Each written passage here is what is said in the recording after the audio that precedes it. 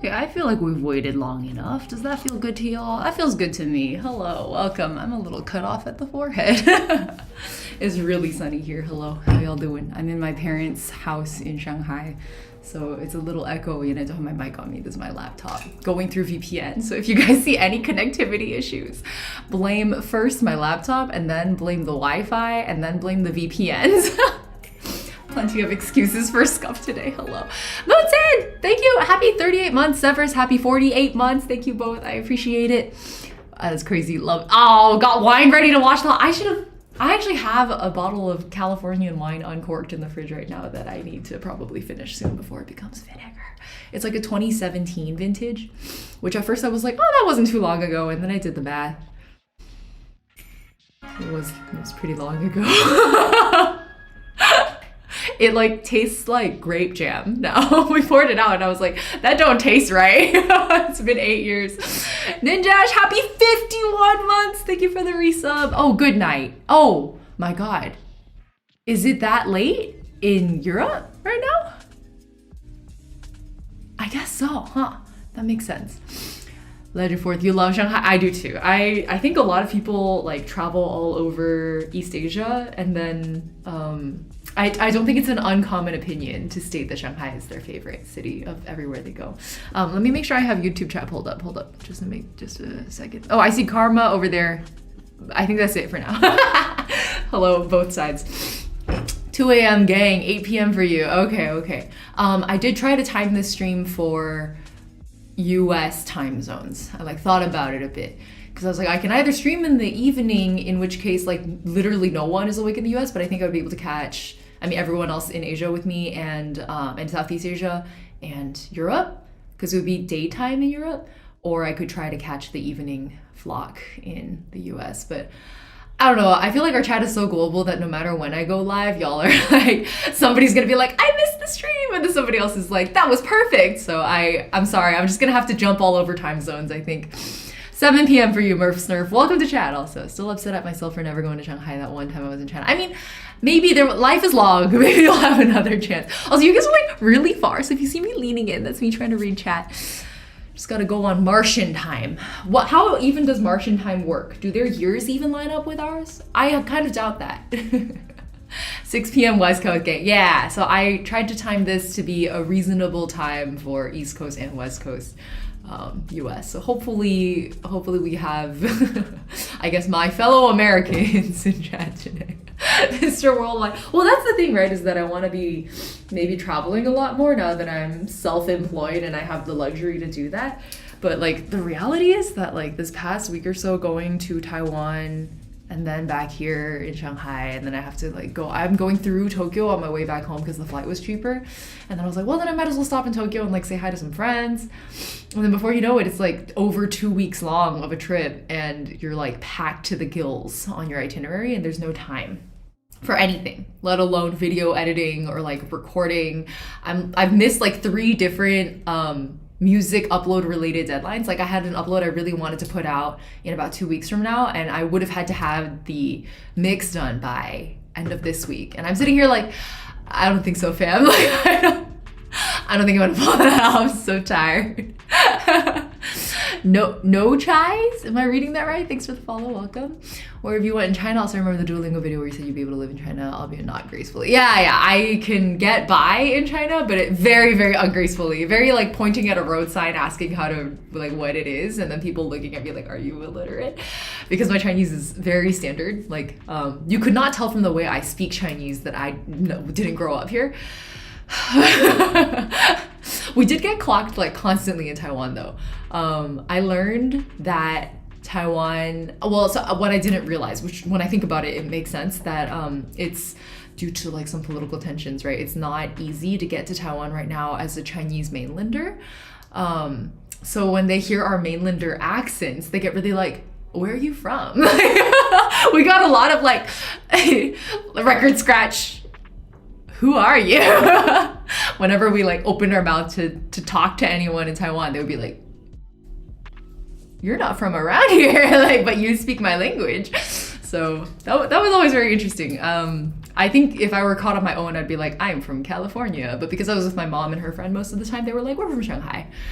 And I was like, I guess I'm also from Shanghai then. It was funny because I would, if I was like, oh, I'm from California, they'd be like, oh yeah, that makes sense. Like that checks out. That's not that abnormal. And then my mom would be like, yeah, well, I came from Shanghai. And they'd be like, what? Shanghai? So it was very amusing to me because I'm more used to getting the like, oh my God, California reaction because it's like geographically farther, you know? But instead we were getting a lot of like, Shanghai is only like an hour and a half flight away. Okay, so for today, I was hoping, I have like a lot of travel story times, right? I have a whole like album that I have said, oh my God, look at this bug bite. Can you guys even see that? That is a freaky ass bug. Why is it doing? It's been itching for the past day and I was wondering, I guess there's like a weird bug bite. That doesn't even look like a mosquito bite. What is biting me? What was I saying? Oh, I have a whole, oh, you can see the dot? Yeah, it's like it's a really raised, it's like super, super raised and really red. And I guess it's like, I guess I scratched it too much because it's really red. There's a bump on my eye. You have a sty, Lily? I hope it goes away soon. Those suck. What was I saying? Today I wanted to focus on the tea haul. There is an insane amount. I don't even know if I can pick this up. It's like the tea haul, and then we also bought a lot of like coffee, like alishan coffee and 蜜饯, which is like these, God, how do you translate 蜜饯? 蜜饯are like, they're like tea sweets, I guess. They're sweets that you have with tea, or honestly, you can just have, they're just like little snacks. This is an example. I'll talk to you guys about it more in a moment. But we bought a lot of like tea snacks and tea and alishan coffee. So these 3 packs I can't even pick up, but this is the representative tray of goodies. So I took like one of each thing that we bought, and each of these things we bought like a dozen of or more. So we'll talk through the haul. I think today is my goal. So I'll save the travel story time for when I get home, and then we can do like an agglomerated end to end, like including Japan thing. And today we'll just focus on the tea haul because I don't plan to be buying any more tea after this. Is there what the hell is horse tea? Wait, do you mean maro, Saturn? We did not go to Wuyi, so I don't have Wuyi rock tea, but I have like just a shit ton of Taiwan tea. Yeah. So they're like, oh MFG. Do you have to declare tea? I honestly don't even, I guess de minimis is technically, is anyone actually declaring their de minimis goods though? You know what I mean? Why is it called horse tea? It's technically horse meat tea, but it's not, there's no horse meat in it. It's just called that because it has an unflattering name. 马头岩. 马头岩, yeah, my moms have actually heard me, yeah, they call it, or like 马肉, 因为是马头岩的肉贵嘛. So it's the name of the mountain that it grows on plus I guess the cultivar that it's grown. So the cultivar is called 肉桂, and then that has the word for meat in it. I guess technically that's how you say cinnamon in Chinese. I don't know if those are related. And then Ma Tou Yin is like the horse head mountain. And then so Chinese people, they're like Japanese people, like we like to smush words together, and that's the simplified version. So then you get horse head mountain, and the Rokui would be like, literally translated would be like Ma Tou Yin is a cliff, it's not a mountain. Ma Tou Yin, Yin is a cliff, that's fair. Or rock, you could say. I mean, honestly, it's a hill. And then, like, let's be real, it's a hill. They're all hills. And the word for the name of the cultivar has the word for meat in it, so then you end up with horse meat tea. Really unflattering. If it's below de minimis, you should be fine. Well, it's absolutely below de minimis in terms of my dollar spend, because like as much as it looks like I bought a lot, and they're all fancy teas, I did the math, it adds up to actually not that much in US dollars, so I think we're good. But it's still just like volume-wise a lot. Also, I thought they got rid of the de minimis exemption. Like, wasn't that the thing Trump was like waving around as his threat? So then I was like, for a period of time, everybody who bought anything overseas and brought it back to the US was breaking the law if they didn't declare their like $5 yogurt, you know? Like, direct translation would be horse head rock. Yeah. Meat like substance. No, it's meat, like like flesh. Because It's just the word. 肉桂, it just happens to have that with a character in it. Keep the receipt just in case. I don't know if I have any receipts, guys. This is just it. I have my credit card transactions. Wait, I don't even have credit card transactions because in Taiwan they use cash or line pay. And we can't use line pay because we're not Taiwanese like residents. You have to have a Taiwanese phone number, I think, to use line pay. So we kept running into issues where we'd be like, this is $100 worth, $100 US worth of goods. How do we pay for it? And they're like, line pay? And then we're like, we can't use line pay. And can we use WeChat? They're like, no. We're like, oh. Cash money it is. Let's just nip over to the 7-Eleven and fight the ATM for cash. Anyway, I want you guys, I have the whole, like, I stole my mom's tea setup for today. So, oh, I just saw Karma's question on YouTube said like tea biscuits. They're not quite biscuits, but I'll explain in just a moment. These are not biscuits, these are plums, but I'll show you guys. We'll eat some. Okay, I have my mom's tea set up because I want to steep at least one of the teas that we bought. So, and also the coffee. So we can maybe start with the coffee actually. Let me heat up the water. Yeah. So if you're unfamiliar, I think any coffee nerds actually probably know this already, but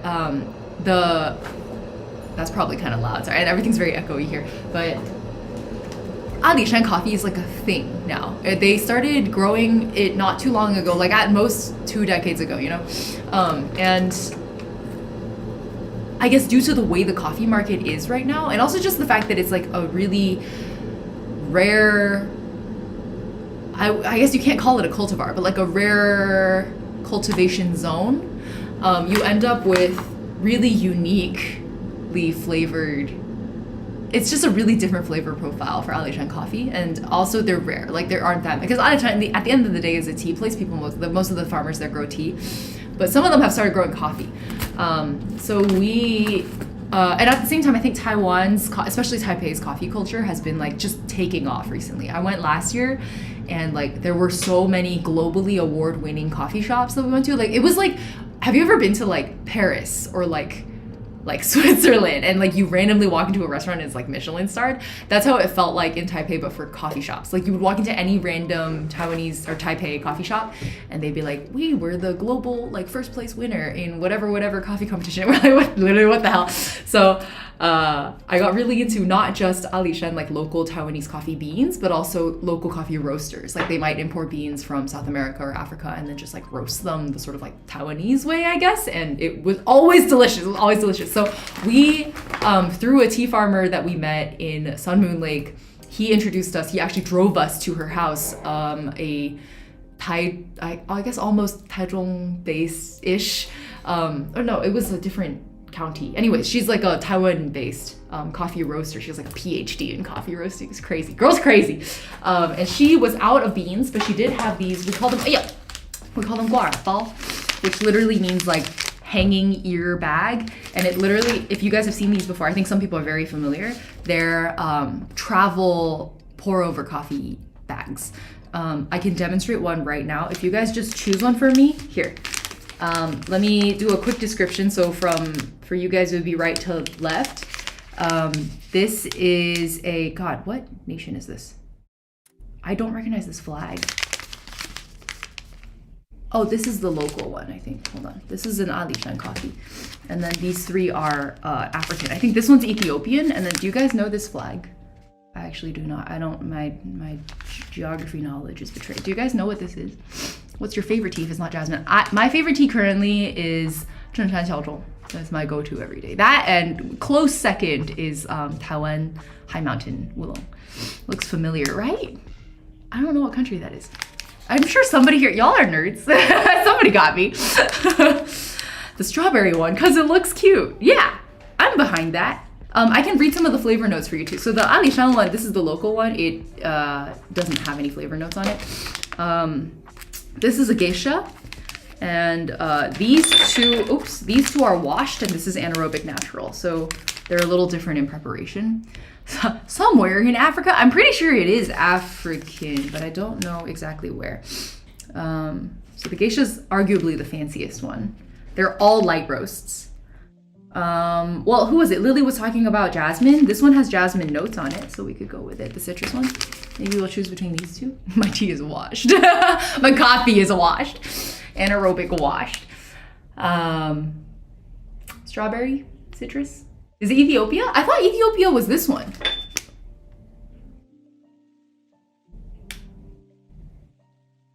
So then, if this is Ethiopia, what's this? I may be stupid. Do you have a tea pad? I don't. Well, my mom actually, we can go grab a tea pad. My mom has tea pads. I guess Ethiopia, but I wasn't sure, so I had to Google it. Okay, well, while I go grab a tea pad, can someone tell me what this plant is? Okay, here, you guys can have a peek, but literally a peek behind the curtain at my mom's like tea cabinet in the back, but I'm gonna grab a tea pad from there.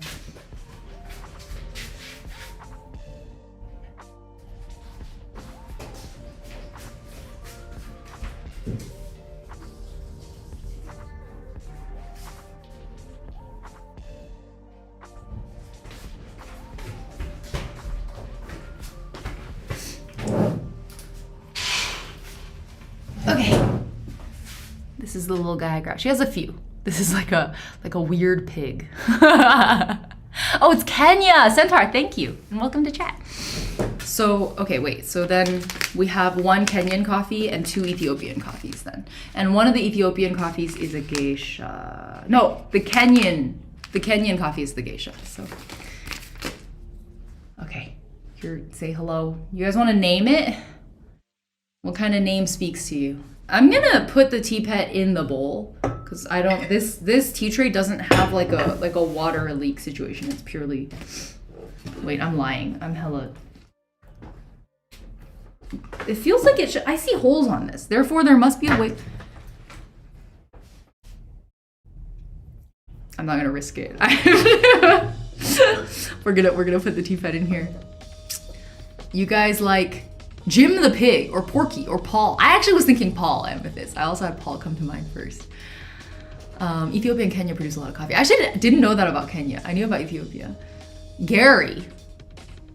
Like the snail? That thing where you pour your water onto. Yeah, that's what a tea pet is. I want to see if maybe I can get him at an angle where you can see him. Maybe a little better if I back him up. You can see him a little bit in there, right? He's just chilling in the bowl. It's fine. Where's the best place to buy a tea pet? Oh, okay, so even in Taiwan, anywhere in the world when you're buying teaware, there's like specific sort of towns and villages where they produce a lot of teaware. For example, I actually am not sure about this pot. I think it is. This pot is probably a purple sands pot. It's the Sha purple sands, and there's like a specific village in China that produces, because they're near the mountain that has the clay, so they produce a lot of Zisha purple sands teaware. And I think similarly, is it Jingdezhen that I'm thinking of that does like this kind of like white porcelain? I think they specialize in painting though. But most tea pets are some kind of clay because they're not glazed, and they absorb the tea, the teeness. Paul Huang YouTube side says we should name it Pubaji. And Meowdy says John Pork. Oh, Paul, I missed your Kenya note earlier. Thank you. You know what? Yeah, let's call him Pubaji. Why not? Pubaji. Pubaji 吃人参果. Okay. We're talking about tea pets, where to get them. Basically, you need to go to teaware stores that specialize in like clay type teaware. So it's a little specific. You can also honestly just get them online. Like if you just go on Taobao and you're like, actually, how do you say tea pet in Chinese? I don't even know. My mom's upstairs now, so I can't even ask her. We'll look it up later. Does he oink when you drown him?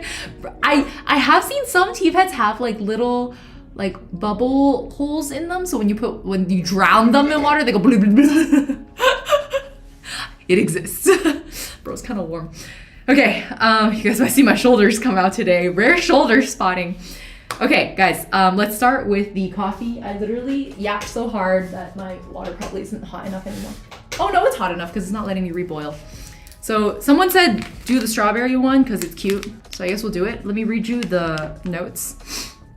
I can't fucking read that. Oh, I can read this. So I can read some of them. It says, 草莓 would be strawberry, 水果酒 would be fruit wine, and then 椰丁是什么? Like coconut nibs, is that a thing? 甜柚 is like a sweet pomelo or grapefruit. 葡萄 grape. 酒心巧克力 so like alcoholic chocolates. So I guess this is giving a lot of alcohol, which makes sense because of the anaerobic natural processing on this one, which would cause some amount of fermentation, I believe. So it's a wine coffee. Yeah, let's try it. Okay, so if you guys haven't seen this before, prepare to have your mind blown, because the first time I saw these, I was like, wow. All right, so it looks like a little tea bag, and then we call it a guara ball, as in a hanging ear tea bag, because you do this with it. So I'm gonna pull open this top part. And then when you pull it opens up like a cup. And you can see the coffee grounds inside. And then you just bridge it. You just bridge it on your cup like this. I like to use a tall cup because I don't like my coffee to like sit in the, I don't want my grounds to sit in the coffee. So I usually take a really tall cup and then I brew to about here so it doesn't touch the bottom. And it's just like it's a tiny like tea bag size, like it's just this big, right? It's so easy to travel with if you're a fucking coffee snob and you don't want to drink instant coffee while you're out traveling in a place that like doesn't have a lot of coffee shops. This is a really good solution. So let me grab this. I know, the first time I saw this, I was like, oh, I feel very uncultured. That was also my reaction. The only thing is obviously you can't really, it's not like a proper pour over, like it drips through way faster than a normal pour over does. So my mom actually likes to let it steep a little bit. I might follow her example for this one. She's like, just treat it like a tea bag. It's not a big deal. And then when you're ready, just take it out. I know, isn't it cool, Kami? I agree. So I bought just an insane amount of it. Well, okay, I should stop just saying an insane amount. I bought a good, well, because she didn't have any beans left. She only had these things left. And the thing is, like, because they're pre-ground, you have to drink them pretty fast. Because once the coffee beans are ground, they start to rapidly lose their flavor. We're gonna let it sit a little bit in the steep.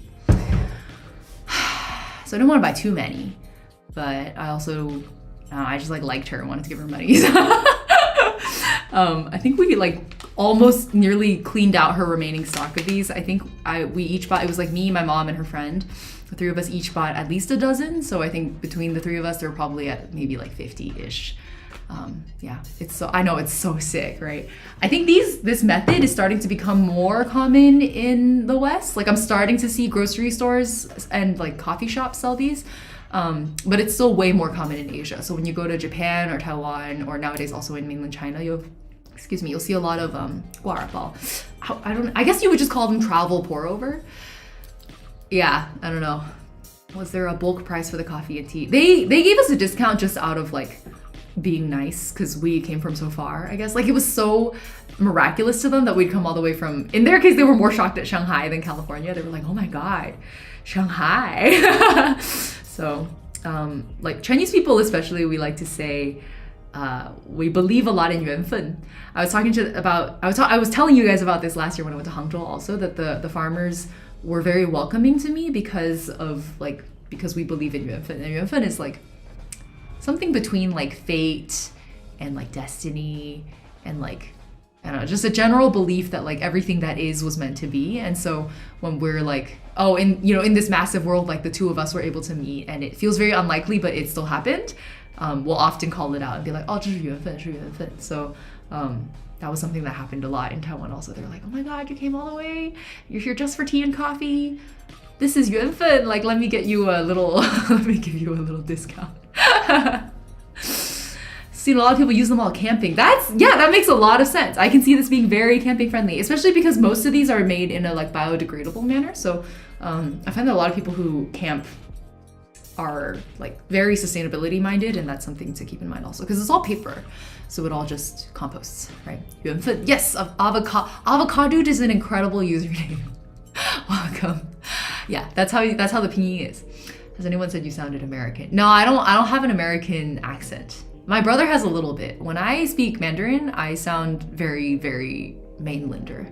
I sound very mainlander standard.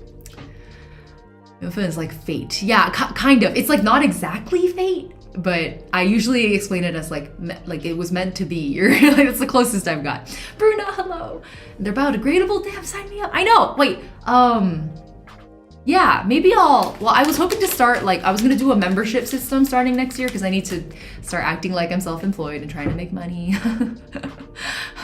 So I figured I could do maybe a monthly subscription box and start sending y'all the coffees and teas that I'm bringing in. The problem is I need to figure out like legality issues. I don't think I can just start sending you guys stuff I imported willy-nilly, you know? Like surely there is some kind of tax or licensing necessary. So let me look into that first and then I'll get back to y'all. Okay, but that's our coffee. Let me take a little sip. Oh, Bruna, thank you. This is one of my favorite shirts. It's so vintage, it has shoulder pads. Isn't that cool? Look at these shoulder pads. It actually does make my shoulders look a little bit more square. I'm a big fan. I found it in somewhere in, was it London? Yeah, this was somewhere in London. I was out checking out what's it called? Highgate Cemetery? That one really famous cemetery in London. There was like a little town nearby. And I ran into I think this was probably an Oxfam. Really cool shirt. Thank you. Tea cartel art. Yeah, for real. I'm gonna start breaking laws left and right. Live stream confession, guys. Can you send coffee to Canada?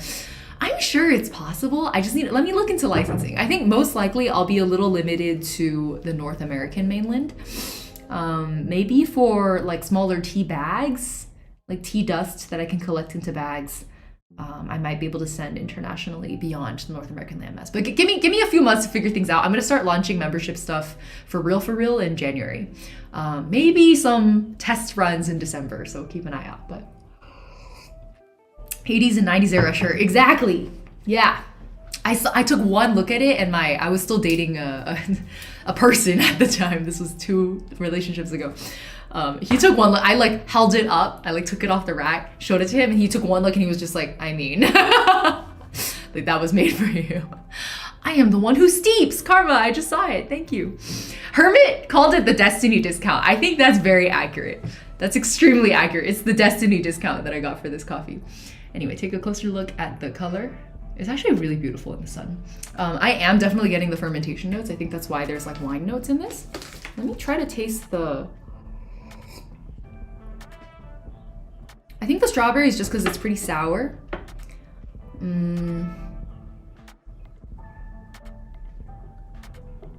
Everything else, I am getting the like, I think the biggest note, especially in the aftertaste, is the,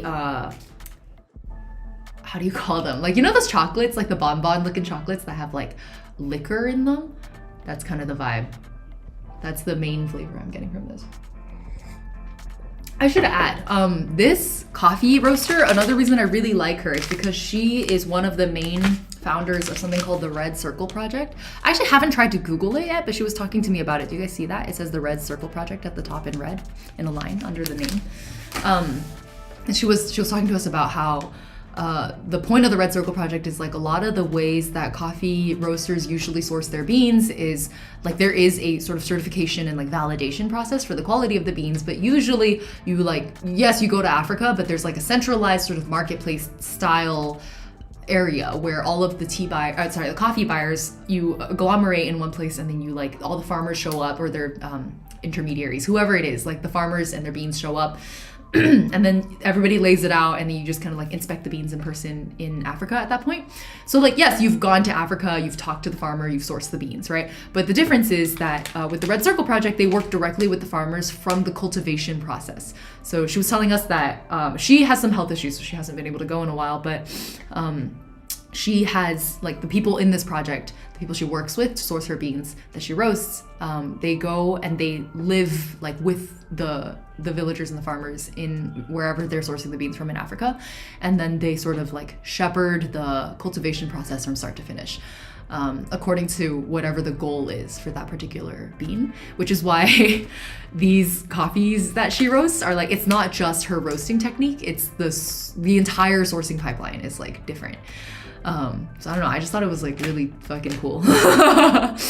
I just got a freaking ad from the Brazilian government here on Twitch talking about fighting crime organizations and stuff. Beware, they are listening to you. That was targeted. Okay, but like, what did I do to Brazil, Bruna? Mini Pop, I agree. I think it's so cool. Also, Karma, did I thank you for the super or did I just read your chat? I'm so fucking scatterbrained today. Thank you for the super. I appreciate it, as always. Coffee shepherds are a thing. I mean, I just use the word shepherd, the verb shepherd, but they basically like safeguard. Safeguard isn't the right word because the farmers know what they're doing also. There's just like, it's a more intentional process from start to finish. And like the roasters are sort of involved in the whole pipeline, which I think is really cool. Your tea game is threatening their coffee game. Brazil's. I just had splashback. It hit me on the forehead. That was hot. Love the tea set. Also the hair. Kono's welcome. Thank you. Yes, the hair is it's fading into this like really pleasant auburn, like peachy auburn. I'm really enjoying it. It's like more and more subtle by the day, which makes me really happy. They life coach the coffee. There you go, Samuus. You got the wording. Did you say hermit or karma? Oh, sorry, karma. Karma was the one who gave the supa. Did I accidentally say hermit? I meant karma. So scatterbrained, I'm sorry. Cheers to the supa, thank you. Perfect color for autumn. It is, but I wear this color year round. What would be a perfect color for the other seasons anyway? I feel like this is the only color I wear. Okay, anyway, we talked coffee. Let's talk tea. So, fuck, this is gonna take a while, guys. Are you ready? Let's start with Sun Moon Lake. So the way my mom and I like to do tea is we like to show up at a tea farmer's house by hook or by crook. And so by crook would be showing up unannounced and being like, hey, I see you over there picking tea. Can I come say hi and rizz you up? And so that's what we did in Hangzhou. We just like saw some tea farmers like out picking tea. It was like I guess you call it a bed and breakfast or a hostel that we were staying at. It was like owned by farmers. It was literally right on the edge of the tea fields. I probably still have that VOD up on my VOD channel somewhere if you're curious for the full story. But we like saw people picking tea right outside our window basically. So we like just scampered down there and we're like, hey, can we talk? And then like literally rizzed them up, became friends. They invited us to their house. We like showed up at their house and then they taught me how to pick tea and then talked me through the preparation process for Dragon Well and then also the red tea that's made out of Dragon Well, which is called Jochu Hongne. So is your Halloween costume considered cosplay? I didn't do Halloween this year, guys. There's a Shanghainese tradition in this season where you go to, I forget what the river is called. There's a specific river. You show up, it's like an hour away from the city in the boonies, and then you eat just like hella crab. So I was eating crab on Halloween. I wasn't doing Halloween. I ate crab so hard I hurt my thumb. Do you see this? That crab stabbed me. That was revenge. I deserved it. You know what? I'm not gonna fault it for trying to fight back. Valid. You come here to pick off? Yeah, it's like, mind if I rizz you up a little? But we literally like, we made friends with the tea farmers. This time, that's the by crook in my definition. The by hook is, this time we asked a friend who is a Taiwanese local tea aficionado. Like he's a good friend of my dad's and he like just knows a lot about tea. So we just hit him up and we were like, hey, know any local tea farmers in the Sun Moon Lake area that you could recommend us to and we can go bother them? And so we did. We showed up at this guy, his last name was Chen, so we call him Chen Xiansheng, Chen Shifu. We showed up at Chen Shifu's house and drank a lot of his tea. So all of these are his teas. Let me just pull them up to show you. So this is an Assam. This is the famous Taiwanese like red jade, I guess is the literal translation. This is shencha. So this is, you could kind of consider it like a wild tea, but it's not really. It's like a cultivated wild tea. What else is his? Hold on. And then we bought, I think these are the three from, oh no, there was a white tea that I got from him also, this one. This, I straight up cannot remember. I think this is the same leaf as this one, but made into a white tea instead. So you can see it like, looks a little, well, I say it looks a little different, but then I didn't even show you guys what the oolong looks like. We'll open one of these and I'll show you. So these are the four of his teas that I bought. And then he also, obviously tea farmers have their networks, and he was drinking he heard that I really like high mountain oolongs. That's why we were going to alishan after his tea farm. He was like, oh, you guys don't have to go to alishan. Like I already got the best stuff. And he steeped us. It wasn't alishan, it was lishan. So it was like higher elevation tea, which the higher the elevation, the higher the quality, honestly, is usually how it goes. So he steeped us this like, I want to say it was like 3,000 meter elevation oolong that I was so impressed by. It was so expensive because of the high elevation, and I was just like, fuck it, bro, like, can you place an order for me and then I'll pick it up when I'm in Taichung? And he was like, I got you, fam. So he ordered for us through him to his buddy. He ordered a bunch of, where is it? Oh, this one. This is alishan. The craziest part for this tea was we, what was it? Oh, you can see on the bottom it says 01. I bought a bunch of 01, my mom bought a bunch of 02. They're the same fucking tea, picked on different days. That was it. They were picked on different days, not even like different seasons, different weeks. No, days. Within days of each other. They were picked on 2 different days and prepared by the same method, but like there's always like small differences, you know, in each batch that you do. 01 and 02, they called iha. Arha was more, if you've ever heard of Taiwanese, like Taiwanese high mountain oolongs are famous for their 叫奶香. 奶香 would be like creamy aroma, milk scent. If you've heard of like a milk oolong, I'm really burpy today. A milk oolong is like what they're known for. So we tasted it and it was like much milkier. Number 2 was really, really, really milky to the point where I was like, it's kind of too milky for me. So, oh, good morning, Norio. Good to see you.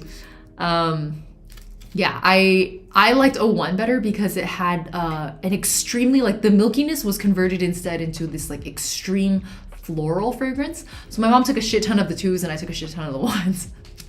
And when they're vacuum sealed like this, they just kind of last forever. Because usually like tea, like, actually white tea doesn't count. Let's take this red tea as an example. So tea like this, it's not vacuum sealed, right? There's a lot of air in this bag. Red teas are not like green teas, like they can sit a little bit longer, a few years, but the tea flavor does kind of change over time. Sometimes for the better, sometimes for the worse. It's hard to have a handle on it. It's like wine in that way. Some teas age better than others, which is why I was like, white tea is fine, because white tea tends to age like no problem. White tea tends to get better with age versus the other teas, not so much. So this one tends to go stale once it's exposed to the air, which is why it's always vacuum sealed. And as long as you keep it vacuum sealed, it can last like basically forever. They were like, yeah, 3, 5, 10 years, who cares? So I am loath to open one of these, to be honest. So I just wanted to talk to you guys about it. I have a lot of like really high quality video footage. Maybe I'll try to, this is a really casual tea haul, like chit chat we have today. I might try to do like a slightly higher quality, like scripted video. We'll see if I have energy for it. It might take me a few months to get around to it, but I have everything on my like memory cards on the side. I was like plucking photos and videos off to show you guys today. I struggle to enjoy jasmine tea, too floral for my taste. Yeah, I agree with that, Cheese Pants. So I like floral teas that have a really natural floral fragrance to them. So there's no actual flowers added to this. It's just the tea leaf. It's like when you drink a coffee and you're like, oh, that has floral notes in it. I like those kinds of floral teas. I stopped drinking jasmine because the added jasmine scent was overwhelming the flavor of the tea. And I think it's like chocolate eaters. Like you eat enough milk chocolates and then you're gonna want to start eating dark chocolates. You know what I mean? Like you just want more and more of the purity of the source flavor. So that's why I don't drink jasmine tea anymore. Yeah. White tea is a family heirloom. That's a real thing. That's a very real thing, because the older the white tea gets, the more precious. Oh, that's a direct Chinese translation. That's not right. The more, is the word precious?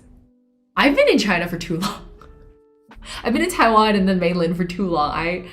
I've only been speaking Mandarin for the past like week and a half. Valuable? More valuable it gets. Thank you. Yes, Lavender Sea. I was like, 珍贵. Oh, bro, my bilingual ass is tripping. Okay, it doesn't go bad ever. So it depends on your storage, right? If you store it well, it's very rare that it'll go bad. If you keep it like dry and well ventilated, it'll be good. But if you keep it in like a damp environment or under the sun for too long, then it goes bad. I know, I've oh my god, forgotten the concept. Please, this place is ultra capitalist. Let's be so for real right now. Let's be so for real. Let's be so real. This is hyper capitalism on drugs. What? You didn't hear me say that. No, this is It's what do they call it? State capitalism? Yeah, that's what I meant. I would never speak ill of the economic system in mainland China. There is no war in Ba Sing Se. Can tea be fermented? Yes. So, great question. Actually, this is a partially fermented tea. The division of like what we call black tea in the West is actually red tea, and we call it red tea in Chinese. We look at the color of the steep, not the color of the leaves. Sorry, in the West you look at the color of the leaves, it looks black, you call it black tea. But what Western people call black tea, Eastern people call red tea. And those red teas are fully fermented. That's why it's like fermentation is like a tricky word. Some people use oxidized. It's very confusing because the Chinese term is oxidized.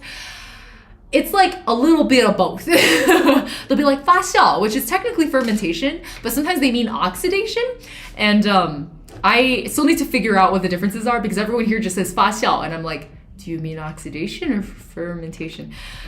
Technically, this is a partially, I should say oxidized tea. Red teas. I'm gonna say red teas just because that's what I was raised saying. Red teas are fully oxidized, but not fermented. And then when you go to like pu'er, or what we call black teas in Chinese, those are the ones that are fermented teas. So they have like a little bit of almost like a moldy flavor to them. A lot of people don't like it. It's kind of an acquired taste. I hear it's quite in fashion. Is that a bilingual pun, Samuels? Make food rot with style. You're so right, Cheese Pants. We burn and rot food with style. Don't even get me started on current happenings. For what? Wait, what are we talking about? Oh, MDR Greg, welcome. Tea. Your palate changes, like as you savor. Welcome back, Fairy Slash. Okay, so what was I even talking about? Oh, I was talking about the alishan cha, the high mountain oolong. So this I didn't even go to alishan. This is the kind of tea I was trying to buy in alishan, and I bought it in Sun Moon Lake. So for those who are not in the know, Sun Moon Lake is known for their red teas and alishan for their oolongs. And like I was saying earlier, the difference is simply in the level of oxidation. So as long as it's like, oolong is a very broad tea category. As long as it's partially oxidized, it is an oolong.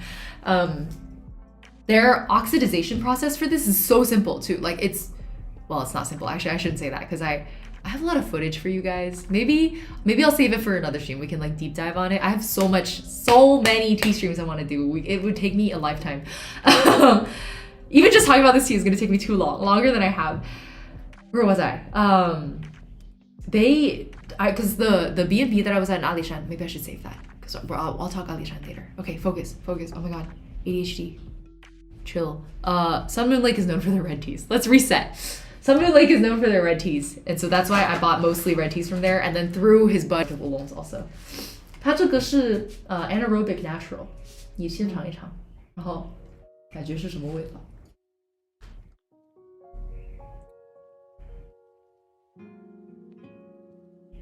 She's taking a second sip. I'm just thirsty. Oh. Thirsty, so you're drinking coffee? I'm waiting for you for your tea. Oh yeah, we should choose a tea pretty fast. Let's do a some. 蛮好喝的。是什么味道？我觉得有个很明显的味道，就是能尝出来它是怎么 process 的。水洗的呀。这不是水洗的，它是水洗的。这是半发酵的。Oh really? Anaerobic natural.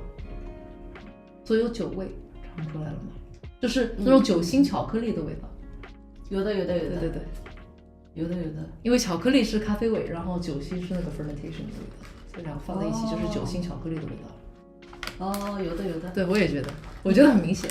你不说我还没有，你一说就 very clear, yeah. Okay, she's waiting for us to steep tea, so I won't keep her waiting any longer. Can you guys help me choose? Actually, let's have you choose between 3 of them. Just drop a number in chat, okay? So this is Assam. It's number 8 in the tea registry in Taiwan. This is their the famous Taiwanese hybrid. It's called Red Jade, number 18. And then this is Shanghai would be like literally it's mountain tea. It's just like the tea that grows on the mountains of Taiwan. It's how they made this, or how they make any other hybrids in Taiwan is they take their like local cultivars and they just like blend it with stuff. So I think in this case, I think this one was blended with Assam, number 8. But anyway, let's see, 1, 2, or 3. Put a number in chat, and then I'll steep it. 1, 2, or 3. 1 is the wild one, or let's call it the local one. 1 is local, 2 is hybrid, 3 is Assam. Okay, so far we have 2 in the lead. Or actually 1 and 2 are tied. Oh, I'm getting a lot of 2s. I have a single 1 in YouTube chat. Sky Crimson is here for my tea monger era. Thank you for your support. Okay, it looks like people are looking for the Red Jade. Yeah, okay. I think I can eyeball it pretty clearly. I'm seeing a lot of 2s. Thank you guys for voting. We'll do number 18. 哎呀，我剪刀拿掉了是吗？我拿来。That's the typical. Yeah, you guys chose well. This is what Taiwan is, well, that part of Taiwan is famous for. It was actually like, we learned from the tea farmer that we bought this from. He was like, number 18 as a hybrid was like a very orchestrated like marketing maneuver. Yeah. Like they really wanted to. 叫主打。主打。台湾政府主打。Yeah, the government like really wanted to put Taiwanese red teas on the map of like tea globally. And so they were like, let's just like select a Taiwanese creation that has marketing potential to become like a globally recognized tea. So they created this hybrid, they taste tested it, it was good. They made every single farmer grow it. I mean, they didn't make them, but they like incentivized all of the farmers to grow as much as possible. They like subsidized it. And now it's like, they succeeded. It is a very globally recognized Taiwanese tea. So if you've ever seen Red Jade, that's what this is. Or number 18. If you ever see number 18, that's the other way they like to recognize it. I like to put a lot of tea leaves in. Your mileage may vary. Okay. It's best not to put tea in the sun, so I'm going to take these out of the sunlight right now that we've voted and I've shown you guys what there is. This is what we're steeping. 这个有能封起来的东西呢？我来找。你觉得我放够了吗？要不要再放一点？可以再放一点。哦，好，那再放一点。如果是做那个，我给你换一个。喝一整天。哦，没坏啊。没坏。哦，那个杯子坏了。哦，杯子坏了，不是盖子坏了。我以为这个盖子坏了，然后那个杯子坏了，所以你就并在一起。没想到，好。我帮你封起来。Okay, 谢谢. My mom was just like, you have the wrong lid for this. Here, let me get you the right lid. 讲究. Okay, cool. So this is the tea we're steeping. This is number 18. And let me warm up the water again. So for my steeping style, I like to do Kung Fu style steeping. There is no wrong way to steep tea. Let me start there. I say this every time we steep tea on stream. There's no wrong way to steep tea. However you like it is the correct way to steep tea. For me personally, this is actually a very targeted at my ADHD tea steeping style. I like to do Kung Fu style steeping, which is where you use just like the hottest fucking water possible in most cases.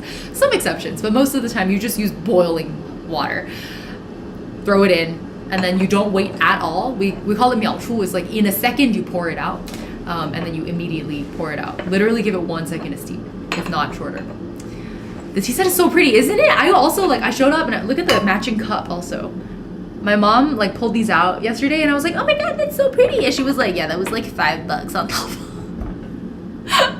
A lot of teaware is like super cheap when you buy it online in China specifically. I think it's more expensive overseas because shipping it is like risky. Some things break, right?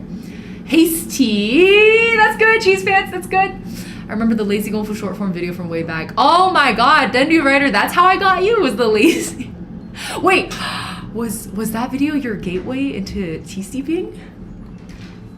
I don't even steep like that anymore. I don't even use that thing anymore. Now I understand what a gimmick it is. I've like thought about taking the video down even. Fucking tariffs. Oh, tariffs are part of it. That is true. Taobao offers a lot of cheap and good quality stuff. Pretty too if you know where to look. Exactly. Yeah. But it always makes me wonder, I'm like, how are they offering these prices? Like that can't be sustainable. Oh my god, my angle is really challenged here.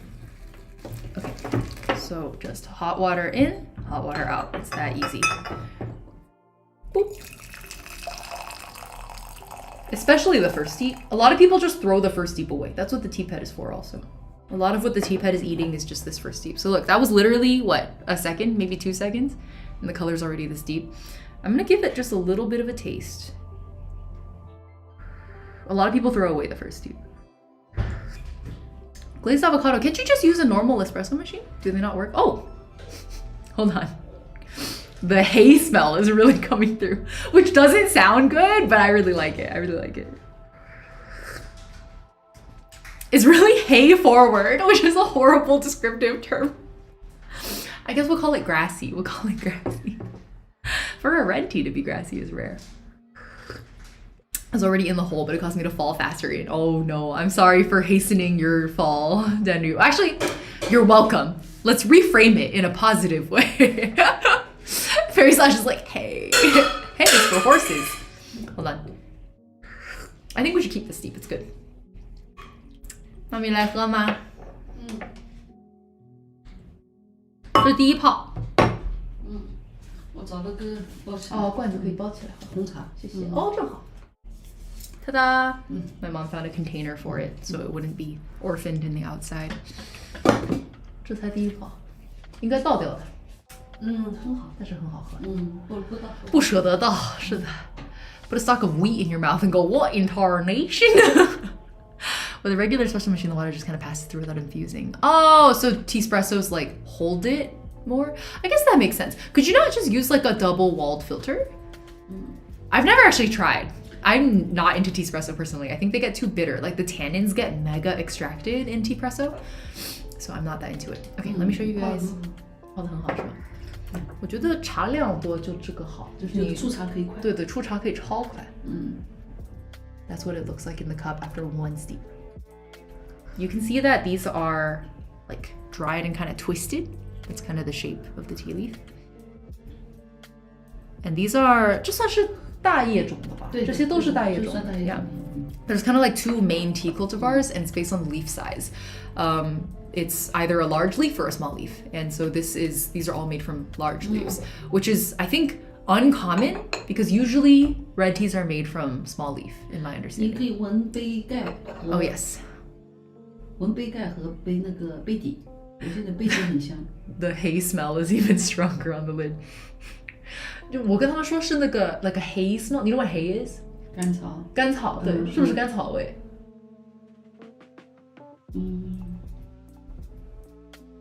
有一点点吧。我觉得非常有甘草味，就是那种黑是发酵的草，对，有一点点发酵的草。那我觉得它味道是，暑假叫什么？就是暑假在夏天在这里很热的时候，我们在床上垫的那个用草做的钟嘛，草垫子。草垫子。哦，我知道，你说的这是一个草垛子味，就是人家 pile up。Yeah, the pile of hay. Yeah, exactly, like a hay bale. 所以会有一点点发酵的味道。对，是的。对。但是我们中文说发酵，它其实是 oxidize， 它不是真的 fermentation，它是 oxidation， 转化。对，但是我们都说发酵。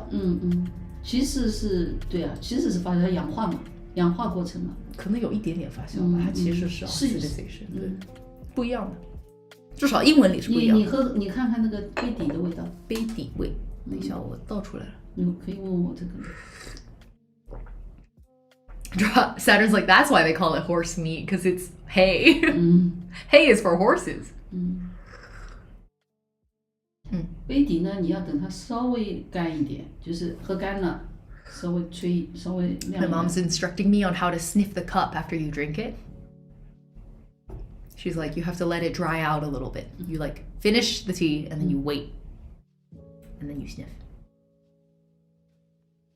Oh. This doesn't smell like hay. 现在没了。我觉得这个就很有甘草味。哦，现在变掉了。我又盖了一下就变掉了。啊，这个是甘草味。对，是。那这个就 totally different. Yeah, they smelled completely different. The lid and the cup smell different. Accents are so interesting because I often have trouble understanding when the accents even slightly changes. Oh, really? Like dialect-wise, you mean? Is 大红袍 a specific type of red tea? Yes! Oh my god, we have the 大红袍 expert right here. 大红袍 is not red tea. Oh, sorry. Yes, good correction. 大红袍 is an oolong, technically. My mom is a huge 大红袍 aficionado. She loves it. Big fan. I found you a right source. 哦，对，我们昨天见到的那个人。Yeah, we made a 大红袍 friend yesterday. His 他是自己家有种。对。That's crazy. 对，不是他们家，就是他们亲戚家。对， his family, yeah. We accidentally, when we were eating crab yesterday? Day before yesterday, we accidentally made a friend who, we were there for like my dad's work buddies, and they were like, they're all, because my dad's in engineering, they're all like engineers, like mechanical engineers type people, or like material sciences type people. And one of them, who was like the founder of like, some kind of like a welding type. I'm not super sure. Anyways, he's an engineer, and then we were talking to him, and he was doing a self-introduction. He was like, "Yeah, I'm from Wee, etc., etc." And then we were like, "Wee?" And my mom and I during lunch were like, "So, we heard you're from Wee. Do you, by any chance, know any tea farmers in the area? Because that's where Da Hongpao is from." And he was like, "Oh yeah, actually, like my family are tea farmers." And then we're like. 加个微信好吗 Can we add you on WeChat? He was like, bro, I got you. He's like, come to my house, we'll drink tea together. We're like, yeah! So we asked already, we're like, what's the best time to come to Wee? And he was like, oh, the best time is harvest season. Harvest season is like, typically around here, it's always usually April to May. Some green tea places might be earlier. Oh, sorry, May to June. Yes. So we're gonna go bother him probably in June because Fanime is in May. I'm very busy in May, so we're gonna go bother him in June, and I will report back. Yeah, our family's just like.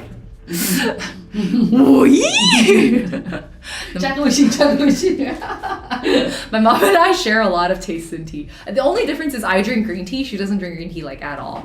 She doesn't like green. 那你白茶喝？白茶喝。那我觉得白茶跟绿茶好像没什么区别。哦，不一样，白茶甜好多，甜很多。白茶会甜很多。特别是老的白茶。绿的会杀青啊，白的就没有。绿的有股草味，我现在已经不敢喝草味了。那怎么杀青才有草味呢？怎么会的呢？ Something's wrong. We were just saying so a lot of the tea people we've been meeting this trip have been like, oh, I don't drink green tea anymore. And everybody's like, anymore, which is a really interesting statement, right? Because it means they used to drink green tea. And then I'm like, well, so what changed? And then everyone just kind of goes like, I got old. And I'm like, what does that mean? Like, how does getting old have anything to do with like what tea you drink? And they're like, yeah, so green tea is like, because it has a lot of, 太凉了.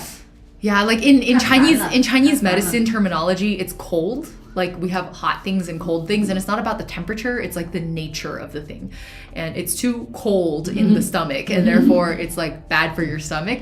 And like on one hand, I'm like, that sounds like bullshit. On the other hand, I'm like, I get it though, because when you have green tea, it is really upsetting on your gastrointestinal system. Like you have to have a pretty robust GI tract to drink green tea. So red teas are, for some reason, I guess because of the extra oxidization, it removes whatever compound it is that's doing that to your gut. 你倒一杯第二泡。不要晒。哦，不要晒，好，放起来。So since it's just lesser of whatever compound that is, and I don't know if that's like the tannins or something. There's something in green tea because green tea is a lot less processed. White teas as well. 我搞不懂的就是为什么白茶不伤胃，绿茶反而伤胃。它的 process 不一样。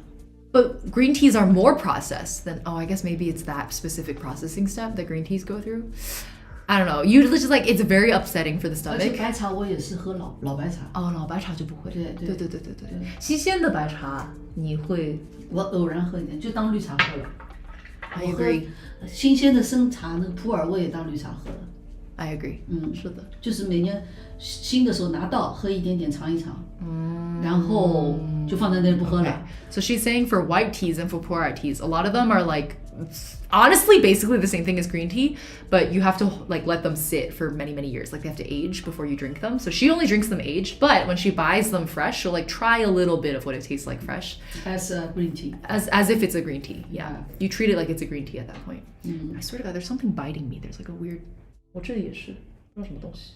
哎呦，我后面好像也有一块。哎呦，不知道什么。Oh, I'll figure it out. I was like, I don't know what's biting me. She's like, I'll figure it out. Is it different from matcha? That's such a good question. I think matchas are more processed than green teas, like by a lot. Even though it's technically a green tea, right? I mean, it's so green. It looks like wasabi. But because it's like toasted a certain way, or roasted, maybe is another way you could say it. It like, matcha goes through a lot more heat processing than Chinese green teas, which are like whole leaf in nature. I think for that reason, matchas are easier on the stomach in my experience. They've just been through a lot more. And whatever compound it is in there, I find at least that matchas are not unsettling for my stomach. Not as much, at least. Things got bed bugs. They don't look like bed. I've had bed bugs before. These don't look like bed bug bites. It's probably some other critter. The air is hostile. I've only heard of powdered green tea and powdered 红茶。咬到的？是昨天吗？这个是前天。然后这个好像是昨天。是不是去了那个阳澄湖？哦，有可能。我们走的那条路。有可能，是的。哦，叫阳澄湖。I couldn't remember earlier. 阳澄湖大闸蟹。Yeah, I was telling them about the crabs, and then I was like, I can't remember the river name. 阳澄湖。阳澄湖。哦，对，太阳的阳，然后那个城是3点水一个城的那个，It's the typical place. It's the best place for 大闸蟹。It's like the classic Shanghainese spot. Yeah.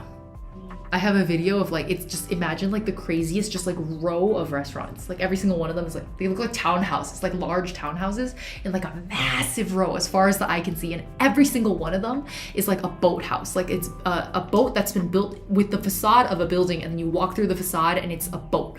And then they're just like fishing crab on the other side, and you just eat crab. And then I was like, well, there's so many crab restaurants. What do you do when it's not crab season? And then my mom was like, oh, it's just like, we call it 农家乐, would be like farm fish.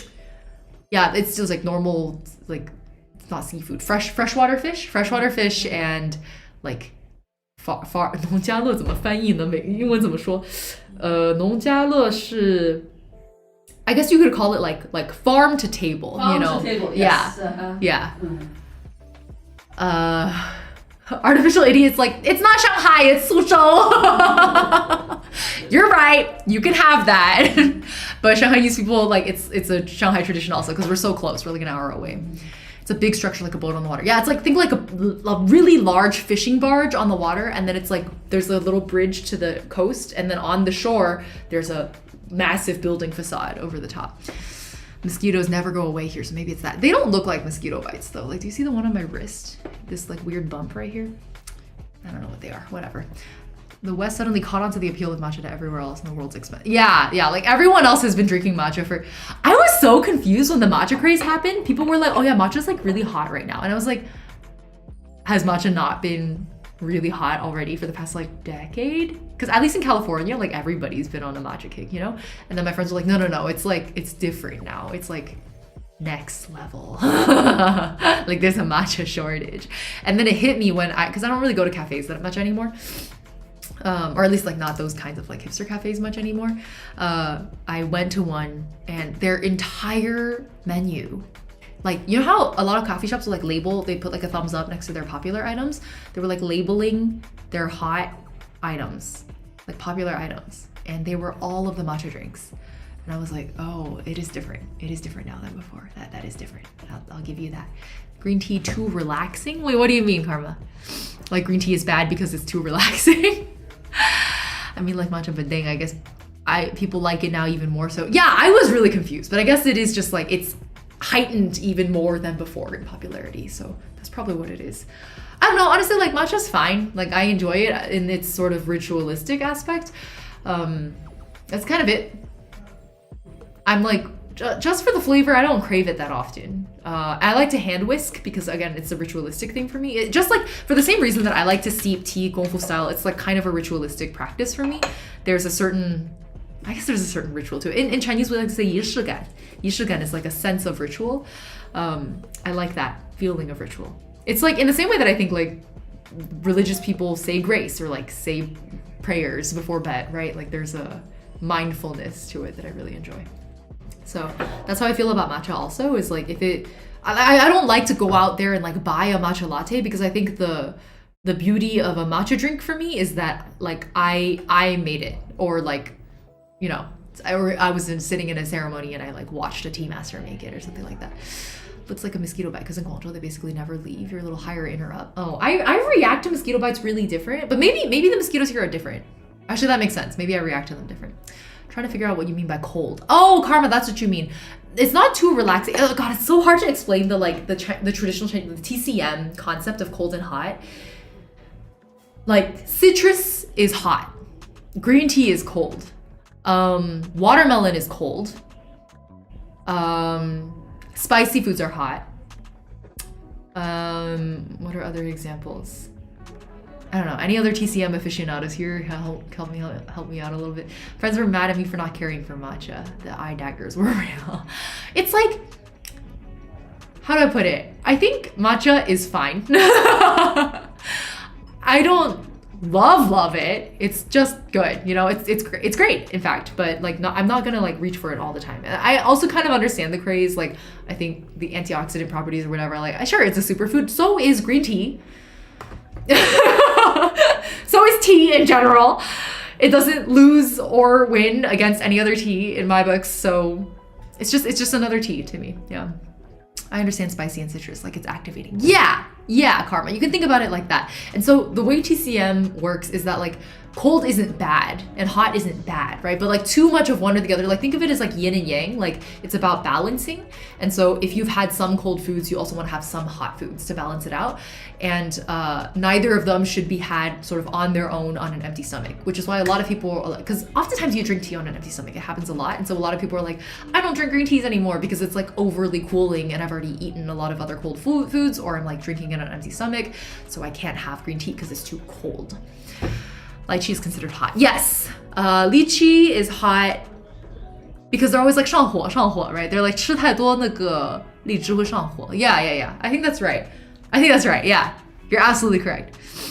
Do a cross on the bite. Yeah, exactly. The thing is like these bites are so small, I can't even really do that. The 十字架 helps you like you scratch it less because you're like, you give it a little hot cross buns kind of texture. You on the performative male era? What am I performing? Cold and hot deals with how the food and beverage interacts with your stomach, the after effect. Yeah, that is also my understanding. It's like older folks are more naturally cold, so the cold food is too much. That might be it. That could be part of it. Yeah, I have noticed that as I got older, I can't eat as many, like I reach for the hot foods more often as I get older. And again, I could not quantify for you how this would be defined from a Western perspective. Like, I don't know what it is that makes, like, is it more acidic? I don't know, like, is it an acid and base kind of thing? I don't know, but like, I do find myself reaching more for hot foods as I get older. Literally was just drinking tea. Take it, welcome, hello. We're drinking, here, let me give anyone who's just joining us, this is the tea we're steeping today. This is I have a whole tray of fucking tea here, but it's the, 不对，装起来了. It's the number 18 red jade from Taiwan Sun Moon Lake, number 18. Hong Yu. So this is the character for red, this is the character for jade, that's the number 18. And then over here, you can see, oh, I'm so sorry, that was so loud. Over here, this is 日月潭, so this is Sun Moon Lake red tea. Those are what the characters thankfully translate very easily one-to-one. So one more time, red, jade, number 18 from Sun, Moon, Lake, red tea. I love it. So easy. It is so good. I was describing the flavor as like hay-like, which I understand is not a very appetizing tea description, but I think you'll find, I don't think it's just me, I think you'll find that a lot of tea drinkers like really enjoy that wilted grass kind of flavor. It's like the more descriptive terms I add, the more disgusting it sounds. I'm like, oh, this tea is really giving wilted grass. It's like not fresh cut grass, but hay. Grass that's been left in the sun a little too long. Hay like earthy. I guess it is kind of an earthiness. Vera, hello. I do love grass. Okay, let me drink this and then I can do a third steep. Right, exactly. I think Kami got it. Yeah, it's not the temperature of the food. It has nothing to do with temperature at all, in fact. It's how your stomach accepts it. Okay, so you'll notice that my steeps are starting to get a little bit longer. My first steep, I went completely out of it. Two reasons for this. One is that the temperature of the water over here is cooling off. The second is that obviously we've done 2 steeps already, so by the third steep, most of the flavor compounds, like the ones right at the surface, have been extracted. So you have to increase the length of the steep so that the extraction actually completes. Otherwise, you just end up with water. You can see probably that the color is like lightening just a little bit. Also, it was really red in the beginning and now it's turning a little bit more like orangey gold. And the reason we put it in this before I pour it out into a cup is because I'm sharing this tea with my mom. If it were just me drinking it at home, I use a mug. I use like a glass. Because the only point of this is so that as you do the pour, like the top of this is a little bit like thinner in terms of steep than the bottom. The bottom gets a little heavier. So it evens out the steep. You pour it out, separate it out from the leaves. And then this is called the gongdao, so it's the communal cup, which means that it's fully distributed, I guess you could say. In the same way that after you do a coffee pour over, you want to like shake the pot a little bit to distribute the coffee so that it's evenly dispersed. I'm doing the same thing here so that my mom can have the same tea that I'm having, basically. That tea looks like a brandy. Oh my gosh, you're so right. It does have brandy color, or like cognac, right? I see it, 100%. Need a tea that leaves me feeling a little uneasy after I drink. Meowdy, that would be a green tea. A green tea or like a really fresh white tea. Does the hot cold thing apply to certain kinds of meat? Yeah, it applies to all foods. All foods have like, yeah, Kami got it. Wait, Kami, do you study TCM? What's going on here? Why do you know? Why do you know so much? Points a gun at you. You know too much. This gringo knows. But one of my favorite things is calling my, I don't know, is this problematic? I'm like, when in an Asian context and we're talking about Asian things and then my like brown friends know too much, I call them gringos. In my defense, I accept the opposite. If they call me a gringo and we're talking about like Latin American things, I accept it. Well, okay, so the reason is because in Chinese we would be like, I guess we would just say like outsider, right? Like 外国人, 外国人. So gringo just means the same thing. So I just like it. I think it's just a translation. I'm just using a word that you understand. I think it is endearing. I agree, Seka. Like gringo, affectionate. Guilo. Guilo is Cantonese. I'm a Mandarin and Shanghainese speaker, so I don't. What would we say in Shanghainese? Ngakoning. Ngakoning. Ngakoning is a lot harder to. It's very guttural. Ngakoning. Ngakoning is a lot harder to say. I've been practicing my Shanghainese though. It's getting better. It's getting better. Mule lije. Memeti aholashe. I think my pronunciation's pretty solid, actually. I have been called Guilo as well. So they call me banana man, 香蕉人, banana guy, because I'm yellow on the outside, white on the inside. And then I'm like, actually, I think I'm like pretty Chinese, so you can't say that about me. That's like problematic. The Singaporean angmo. Oh, what is the Singaporean one? What like dialect or language does that come from? Because I find that all Singlish comes from somewhere, right? I love saying gringo. It's fun. I agree. It's a really fun word to say. The only Mandarin words I know are insults. I blame Probe. Tekken, I'm gonna hang out with Probe in Japan. I'll send you a selfie when we get there. It's an insane metaphor. Well, yeah, it's banana, and then the opposite is what was it? White on the outside and yellow on the inside is a Twinkie. Wait, no, a Twinkie is still a banana. They're both yellow on the outside and white on the inside. Is there a white on the outside, yellow on the inside? Have we gotten there yet?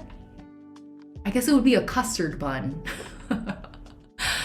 I certainly have met custard buns in Shanghai. People who like, Tekka's like, who said twink? They call you a twink. I've been called a Twinkie. But no, I don't think I qualify for a twink, fam. Well, I guess in cosplay I may qualify for a twink. Egg. Oh, you can be a boiled egg. Yeah, white on the outside, yellow on the inside. Yeah, that works. But I feel like egg is a reserved term for like trans people. You know what I mean? Like pre-birth trans people. Weeaboos. But isn't weeaboo derogatory? Weeaboo is like you're like fake yellow on the inside. You're performative yellow on the inside. Yeah, how do we get on this topic then, dude? You're so right.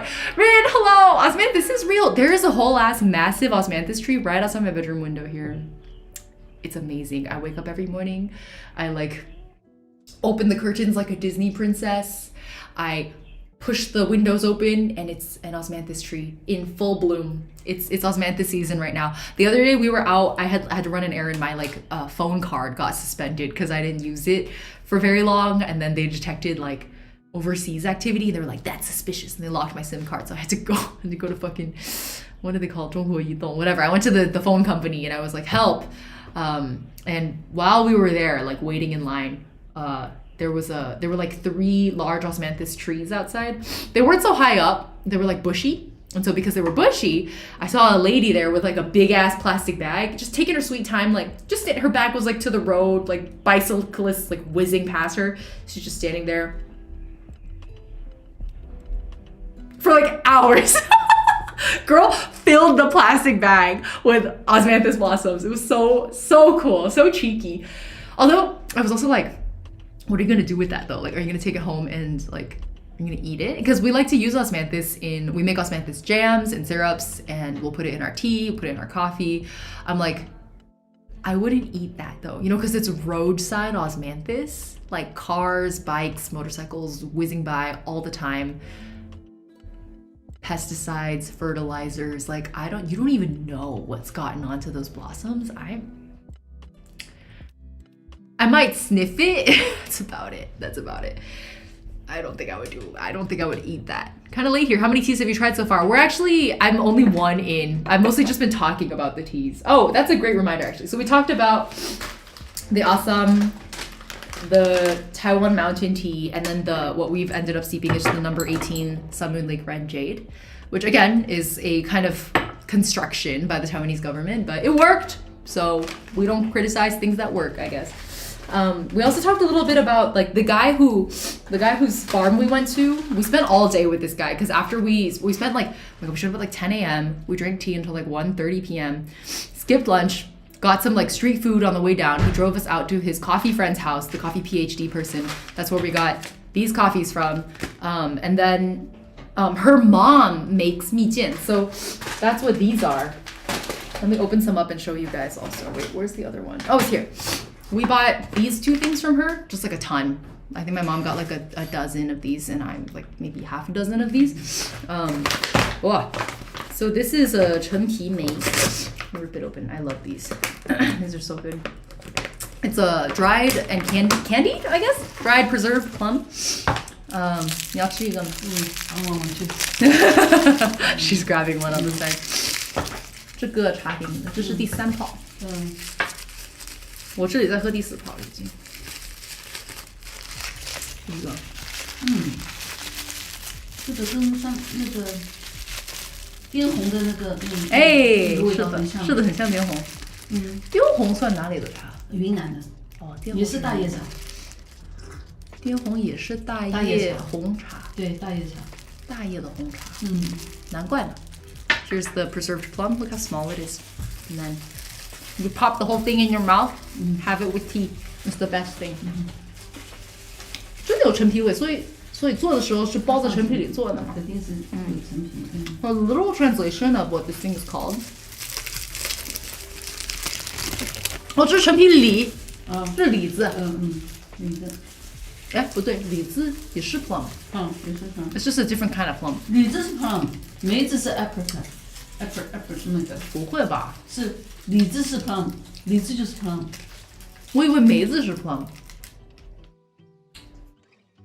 李子应该是 apricot。李和梅很像。不对，李也是 plum. They're two different kinds of plums. 对，是的。Yeah. Because apricots are 杏。对。Yeah. 对. What was that? I just saw something go by. What did you guys do? Oh, I think someone. Oh, they started a hype train. Okay, Thank you, appreciate it. Wait, who did that? Oh, because Kyoto gigantified an emo. All right. The ASMR mukbang crowd. 李子是 pear， 梨是 pear， 梨是 apricot， and then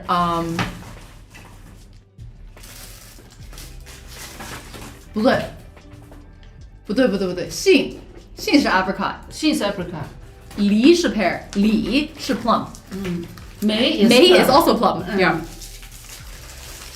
You spit out the little seed in it, and you throw it away. That's it. Sip some tea.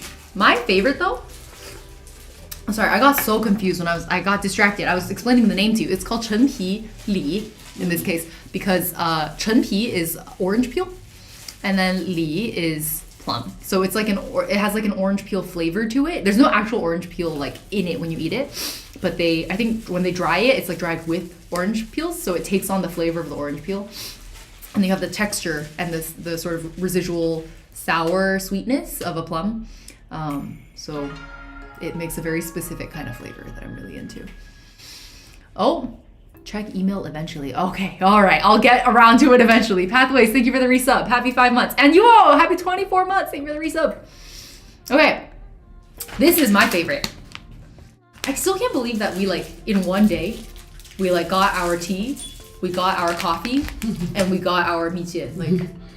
就一天哦，一天3个人. When you meet the right person. Yeah, that's 缘分, man. I was trying to explain 缘分 to them earlier. I was like, it's not exactly fate. It's not exactly destiny. It's more like it was meant to be. Yeah. 我最喜欢的翻译是 meant to be. Meant to be. Yeah. Oh wait, we have raiders? Aspen the Mermaid, thank you for the raid. Welcome. What were you guys up to? Do I have any mods? You know what? I'll just reach over. I'll do it myself. Shout out. You guys can see how far my keyboard is now. Aspen the Mermaid. Is that working? Oh, you were playing Trails in the Sky. I hope you enjoyed it. I hope you had a good stream. Thanks for raiding in. We were just about to talk about these bad boys. You guys came just in time. 这个你要吃一个。你先拿一个。太阳太明了。对，是有一点。Okay, these guys are 梅片. I think it's really funny because it says it's in Japanese on the front actually. It says umeshito, as in a plum sheet. Taiwan is Taiwan was colonized by Taiwan was colonized by Japan, so there's a lot of residual Taiwanese stuff going on. I think a lot of people in Taiwan can probably read Japanese. But these are my favorite because they're made from plum also into little sheets. Look how thin they are. So there's 2 per pack. And then look how thin. These are actually thicker than the Chinese version. Oh no. These are thicker than the Japanese version. The Japanese versions of these are super thin, super small. They come in a pack that looks like they're usually this kind of a package, and then you open it and it's just full of little tiny pieces of these plum sheets. Glad I could send everyone over. We love a good haul, especially when it's food related. Exactly.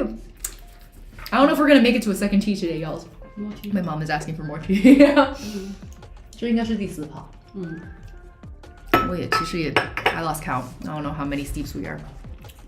What do they taste like? So these are really salty. They're they're kind of salty sour, where when you bite into it, it immediately stimulates your saliva glands.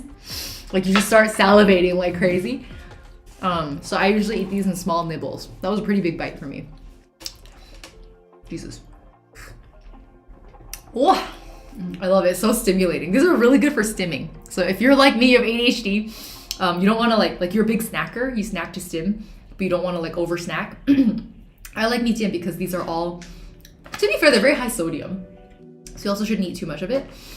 But, whoa!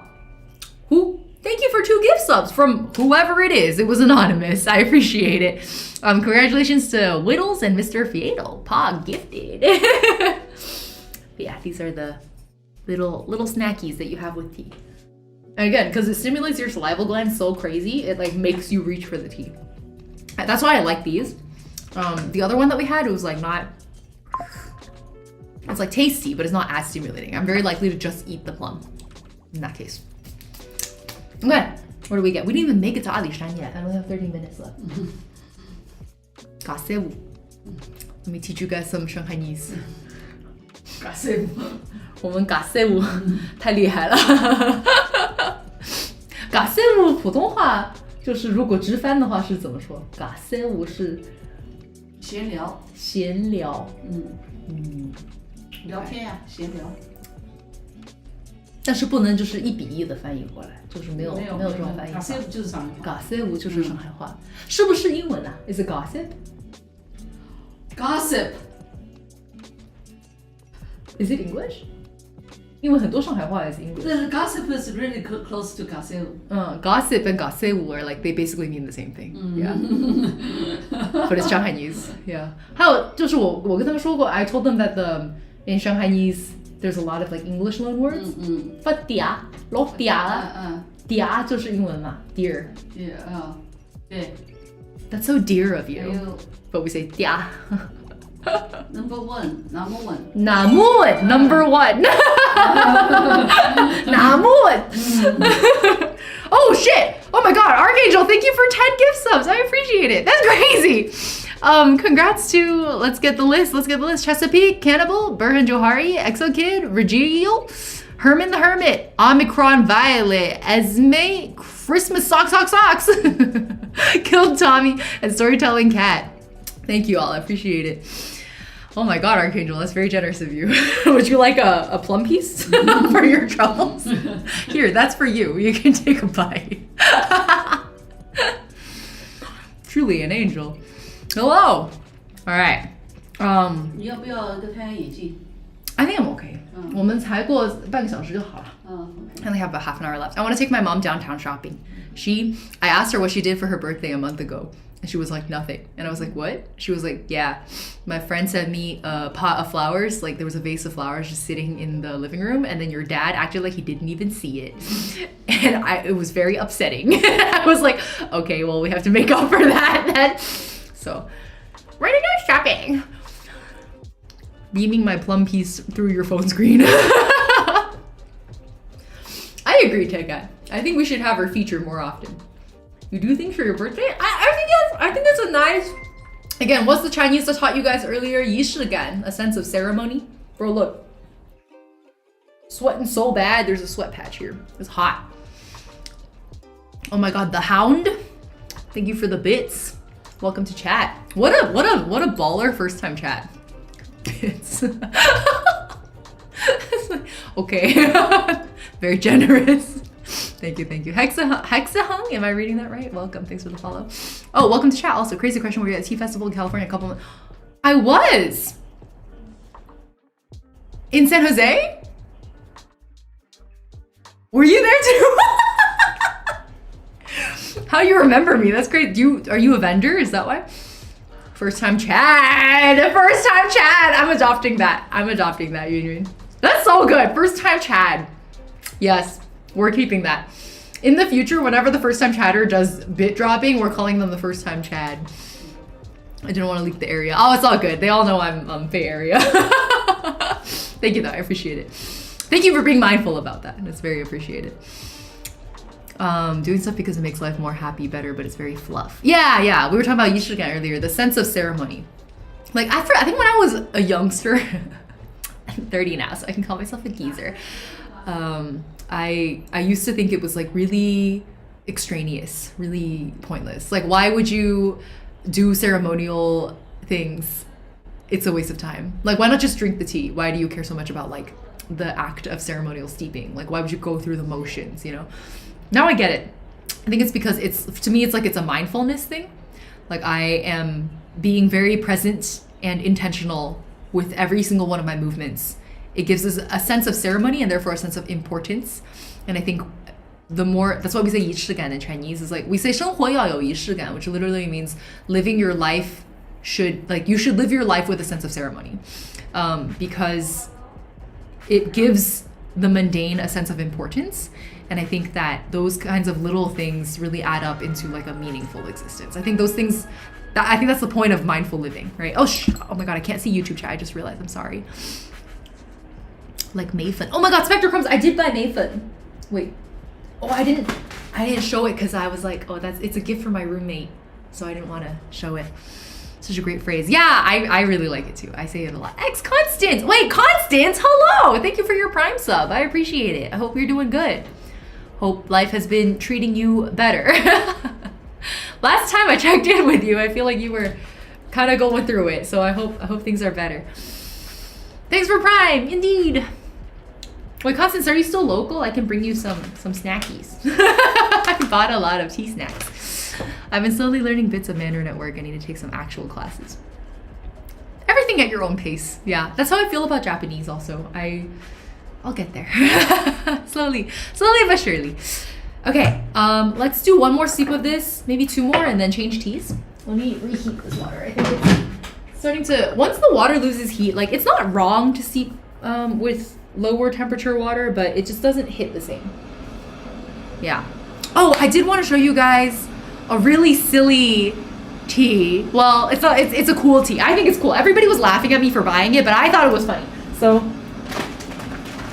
okay, do you see this? This is, we also bought it from the tea. He didn't grow this one. This was also through a buddy, but he bought a bunch of this, and then we bought it from him. So this says Hong Oolong, which is a nonsensical fucking phrase because oolong is, I was explaining to you guys earlier, oolong teas are defined by their oxidation level. Oolongs are partially oxidized. So red teas are fully oxidized. So Hong Oolong would be a red oolong. So then what the fuck does that mean? It's like a more fully oxidized oolong is one way to think about it, basically. It's like an oolong, like a tea that you usually use to make an oolong, and then you like let it go a little farther than a typical oolong. So the reason this is funny, again, you can't tell because I haven't opened this, but I pulled a video out of my SD card just for this, so I could show you guys. Let me grab it real quick. I think it was here. Come on, QuickTime. My laptop's like low-key overheating. Oh, I got it. Okay. There's my webcam. Where's my browser? Capture browser. Okay, and let me pull up. Oh no, not browser. Sorry, it should be window. Yes. Let me set up a window capture.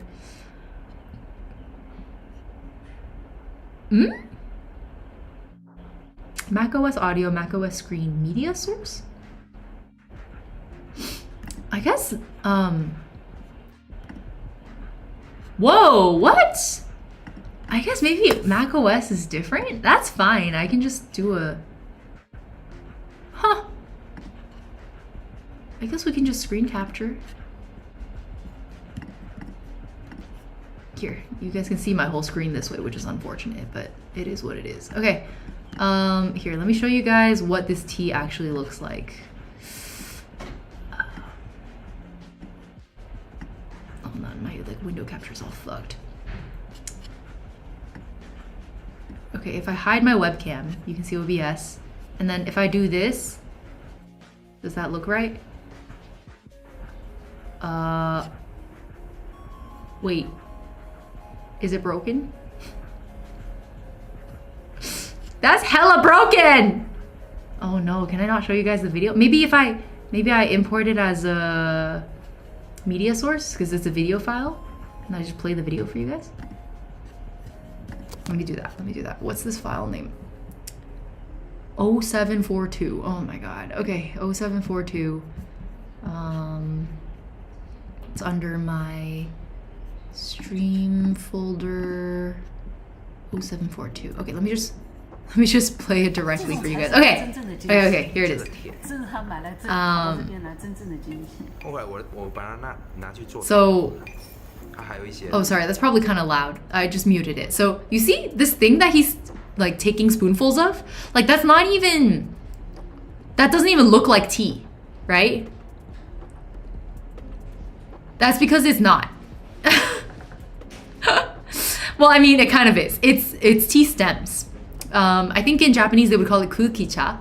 So it's the tea stems, and then so usually tea farmers like don't keep the stems. They usually trash that shit. And so this guy, he was visiting his tea farmer buddy, and yeah, twig tea is another way to consider it. Stem tea, twig tea, it's the same thing. He was visiting his tea farmer buddy, And he looked over to the side and there was just like this big ass bag of tea stems. And he was like, what the hell is that? And his friend was like, oh, I was making red oolong and these are like the leftover stems. And I just like forgot about it. And he was like, how long has it been there? Like how long have these stems been sitting there? And he was like, I don't know, like 7 or 8 years. So this is not only a red oolong tea, which is already kind of a rare phenomenon. To get red oolong is like not that common. It's growing in popularity, but it's not that common. Not only is it a red oolong, it's a red oolong stem tea, and it's let me see, it's a red oolong stem tea that's been aged 7 to 8 years. So it doesn't even, I really like red, I love any tea that isn't meant to be made into a red tea and then it's made into a red tea. Like one of my favorite teas right now is the Zhouqu Hongmei, which is the dragon well made into a red tea. I love any of these, like, I call them like my rebel teas. I love my rebellious teas. So Hong Oolong is another rebellious tea in my book. That's why I like it. And it doesn't, so I'm familiar with the taste. And it doesn't it's 8 years of procrastination. Yeah, it tastes like 8 years of procrastination. It has this like sourness to it. Probably because as it's been aging, and he hasn't like been storing it properly, I think probably either. It tastes so wacky. It's so like, why does it taste like that? This has been left to the elements for 7 years. I need that in my mouth. Exactly. Yeah, it's just fucking whack. It's just so whack. I love it. It's like, I've never tasted a tea that tasted like this. It's so unique, I have to buy it. And then everyone's like, why are you buying cheese stems? Like, that's trash. Why are you buying it? And it was really expensive too. Because there wasn't that much of it, you know? But I like it, so I'm not gonna apologize. Vegetables, welcome. It has the sourness to it. You mean poison? Listen, aged teas are like a known phenomenon, okay? Aged teas are normal. It's normal to drink aged teas. It's just that they have to be kind of aged properly is all. There's some unknown to man species of bacteria on that thing that creates the flavor. Another man's trash is another man's trash. It's true, because our tea farmer friend was like, that's whack, can I buy that off of you? So his friend sold it to him, and then we bought it from him, like through the middleman, actually. So we weren't the only ones who were like, that's crazy, let me have some of that, you know? Like he also was like, I need that. I want that, actually. So I'm just saying, I think I'm pretty valid. And I don't think I'm weird for thinking this tea is really cool. Okay. Hopefully this tea has enough heat to it now. Oh yeah, that looks properly hot. Bro, my sweaty ass motherfucker face on the camera. I'm sorry, you guys, that I look like this. It's so hot here because it's the sunroom. I'm just directly facing the sun right now. It hurts. Oh shit, what was that? Someone tipped? Who is that? I am confused. Thank you for the tip. I appreciate it. There's no such thing as trash. Only cowards. Well said, Hilsicle. You get it. 哎，对，是茶梗 Spectre. Exactly. 8 years. How expensive is that? That's what I'm saying. That's why it was so expensive. Hold on, let me check. How much was it? 茶梗是多少？你还记得吗？2000块。2000块。Taiwanese dollars, guys. Don't freak out. 我记得是2000块，因为它是高山的。哦，它是高山的，是高山的红乌龙茶梗。对。他们而且又是8年的，他们那边超过海拔1500的，就茶就是1500算是对，就它的开价就在1500。Let me translate what my mom just said because I think it's really informative. So in Taiwan, because high mountain matters so much, like the elevation matters so much, the way you can look at tea pricing is that once the elevation of the tea is above 1,500 meters, then the price of the tea is 1,500 Taiwan dollars per jing is 他们一斤是1200。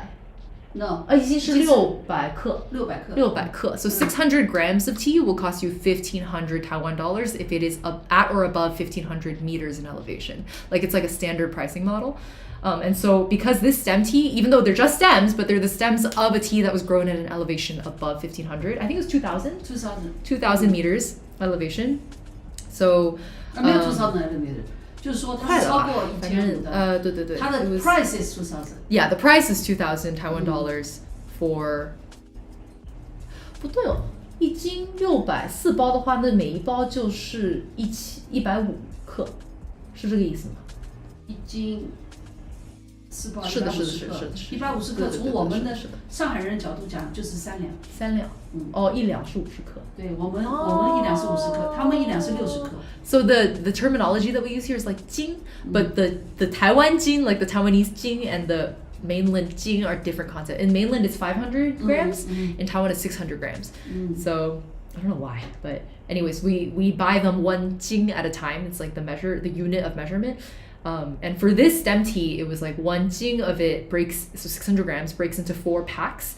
Each pack would therefore be 500 Taiwan dollars, which is, I don't know, like 20 US dollars?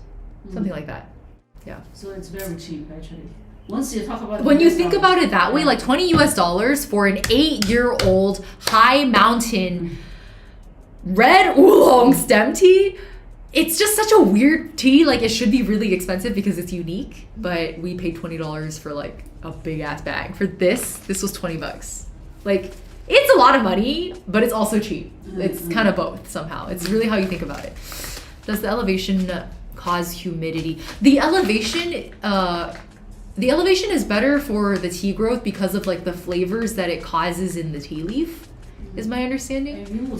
Yeah, it's like literally growing in the fog. So a lot of one of the this is an alishan side story. I'm probably not gonna get that. We're out of time, guys. Oh my god, we gossip too hard. The alishan farmer that we met, it's actually, I'm a regular. Like his tea is the tea that I drink basically every day.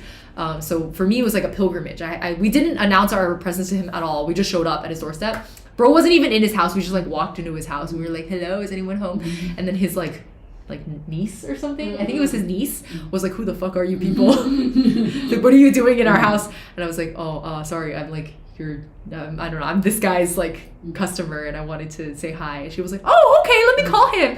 And he shows up. He's like really like jovial uncle energy. And he's like, yeah, sit down. Let me steep you guys some tea and coffee and shit. And he like drove us up into his tea fields to show us. I even got footage of his like, because it was harvest season for autumn teas. It's autumn tea harvest. Autumn teas are the worst. Don't buy autumn teas. Autumn tea harvest season in Taiwan. And he like let us just like chill with the workers, which I guess are Vietnamese. I didn't know that. They like fly people in from Vietnam to harvest tea. So I just like hung out with the Vietnamese people and it was all foggy. And I have just like all this footage of like us in the mist and like with the tea farmers, and then we're like pretending to work with them. We're actually useless. We're getting in the way, but we're like holding the bags of tea as if we're doing something. It's fun. Yeah, bro just walked in. I literally just walked in. Well, that's the thing about like the culture in like most tea farms. 我们在杭州也是的嘛. You literally just like everyone's like, you can't miss it. Like everybody on this street is a tea farmer. If you go up to any door, they're like, first of all, they want to sell you their tea, so they're going to be pretty welcoming. And they're competing with everyone next door to them, so they're very welcoming. And so like the whole culture is just like, yeah, come like drink some of my tea. If you like it, you should buy some. So I think that's it. I do want to sponsor a video, something I could pay for the tea. Oh my god, I would be very down for that actually. I'll take a tea sponsorship. That sounds fun. How much are we paying? Either the coolest serene footage or the worst found video ever. Was this at a pier in SF? Nah, this is just in Taiwan. This is in Taiwan. I wish SF's culture was like that. In SF, I feel like if you showed up at someone's door unannounced, they'd shoot you point blank. We're like Texas now. 那个茶是不是过头了? Oh my god, I forgot about it. 完全过头。不过没关系，我是要换茶的。我要喝的。I oversteeped it like crazy, guys, because I was gasewu too hard. Look at that color. Look how oversteeped that is. I completely forgot there was any water in there at all. Even my ADHD prevention mechanisms can't fix it. You just kind of water it down. It's pretty normal. I do it all the time. 你先尝一下，会不会太浓？小心烫。要加水吗？感觉是浓了，这就是泡过头的感觉。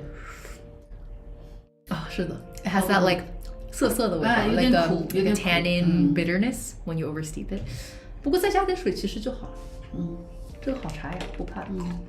The thing about good quality teas is that you can which tea? Jade 红玉。Still 红玉？对。哦。对，所以我说要换茶了呀。哦。Yeah. So I oversteeped that like crazy just now, and it still tastes fine. Like you just water it down and it tastes fine. But cheaper teas can't do that. So cheaper teas, if you oversteep it, the tannins overwhelm the flavor, and it's just bitter. And it doesn't matter how much water you add to that shit, it's gonna taste bitter. This stuff, like, you water it down and it's like, yeah, that's pretty solid. It's like you still oversteeped it, but it's like very, very good still. It doesn't really go to waste. So time to make tea eggs. Yeah, actually that's a good point. I will save, because I think this tea still has a lot of oomph left in it. When I go tea tasting I have a friend who's even more tea fanatic than I am. Bro's crazy. He has he keeps a spreadsheet of every single tea he's ever tasted. And then the reason it's a spreadsheet is because each of the columns is like, it's rating or annotating the tea on a different aspect, like a different feature or trait. And then it's like, I don't know, like 12 columns that he's like rating every tea on. And then he does a lot of he's so much tea research that he's like agglomerated over the years that I think he has enough to write a book. He has a Google Doc that's like 40 something pages long of just notes and links to other sources. Bro's crazy. Anyway, every time we drink tea, we go through tea like crazy because he just like really wants to show me the teas that he got recently. And we'll do like 2 steeps and he'll toss it. And I'm like, you're crazy. Like, that's so wasteful. Like, that still had 6 steeps in it. He's like, it's fine. I'll make really nice tea eggs. So he just has this like pile of random ass tea leaves at the end and he makes tea eggs with it. That's like his thing. All I really know about SF is that there's a Japantown and the streets are riddled with trash. Yeah, SF is rough. It's not just trash. It's like syringes and piss. And like, I don't know. It's been a rough few years for SF. How can there's really nothing else you can say about it. The city's just going through it. Everyone's doing their best. Everyone on the streets also doing their best. It is what it is. Like, we'll try to make it better bit by bit, but that is the current state. I can't deny it. There's Japantown though. It turns out, like, I think there are only 3 Japantowns in the world / the US. I'm not sure which one it is, but there's only like 3 Japantowns in one very large area, and they're all in California. One is in San Francisco, one is in San Jose, and the third is in Los Angeles. So now you know. Whole world is in the hole. Let's not get doomer about it. I agree. Let's not get doomer about it. Do you ever cold brew tea? Yes. Oh wait, actually that's a good point. I was gonna show you guys. 他们不是送我们的茶包嘛？我想跟他们讲一下。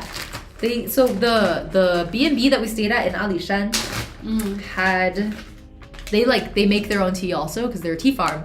We stayed on a tea farm basically, and they gave us like a ton of. I have so many of these. I have like 20. They just left these in the room that we were staying in. These are. Yeah, like it was like just free. They just like leave it.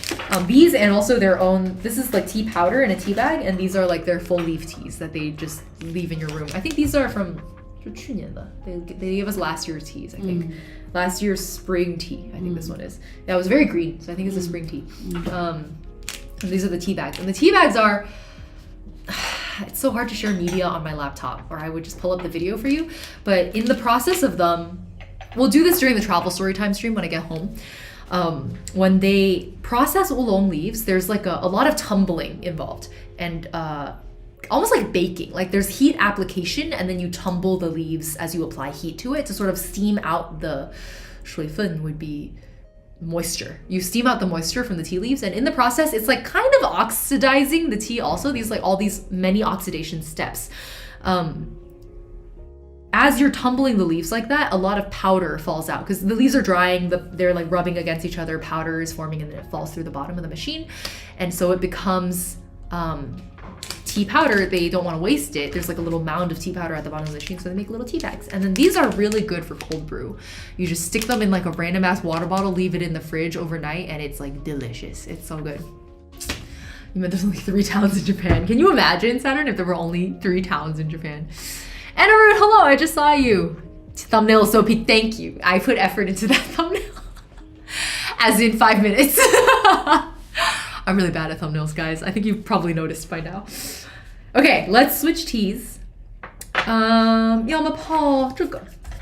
这个太小了，我给你用这个太小了。我本来想不让你换那个。没有，换一下。好吧。换一下。We're gonna change 盖碗 so 那你就倒掉吧。倒掉。我先用这个了。太小了呀。我觉得乌龙就这样的呀。好吧。Okay, so Oh, this is small. I didn't even realize until I held it in my hands. Very, Look. very personal. Very personal. 铁诺力盖碗。我以为你要弄 Laugh 我以为你要弄茶梗。哦，茶梗。我拿了这个，对。But anyway， 那你把这个倒给我吧，这个水。这个水倒给你好的。乌龙那个可能太小。So small. It's so small. It's so thin. I'm like scared. 骨瓷叫骨瓷。Yeah, it's bone china. 骨瓷。Bone china is so thin, so terrifying. Bone china is like see-through, right? Yeah, you can see like light through it. Anyway, this is a tiny bone china guy one. It's so teeny tiny. Do I have time? I got. Oh shit. Well, it's only 11. 我们午饭要到中午才吃嘛。你要不要给你一个茶壶？台湾的柴烧那个柴烧是台湾的一个 style。柴烧这个哦，对你这个，我记得我上一次来的时候你就用这个泡茶。这个泡乌龙特别好，我跟你稍微洗一洗。泡乌龙要玻璃的吧？你有吗？那就玻璃的茶壶有。好像没有，我来找找看啊。So we learned from the oolong farmers while we were there. The next tea I want to see for you guys is this one. This is the one that they literally gave it to us in our room, but they only produce basically one kind of tea. So it's the same as the tea they sell. I bought huge packs of their tea also. Well, my mom did this one. So they like come 2 by 2, and then I think we bought like 6 of these or something like that. Let me find. 哎，你还记得这个是有多贵吗？是哪一个什么东西？就是那个我们在找茶人家买的。找他人家。1600。哦 ，OK， 1,600 Taiwan dollars 一斤是吧？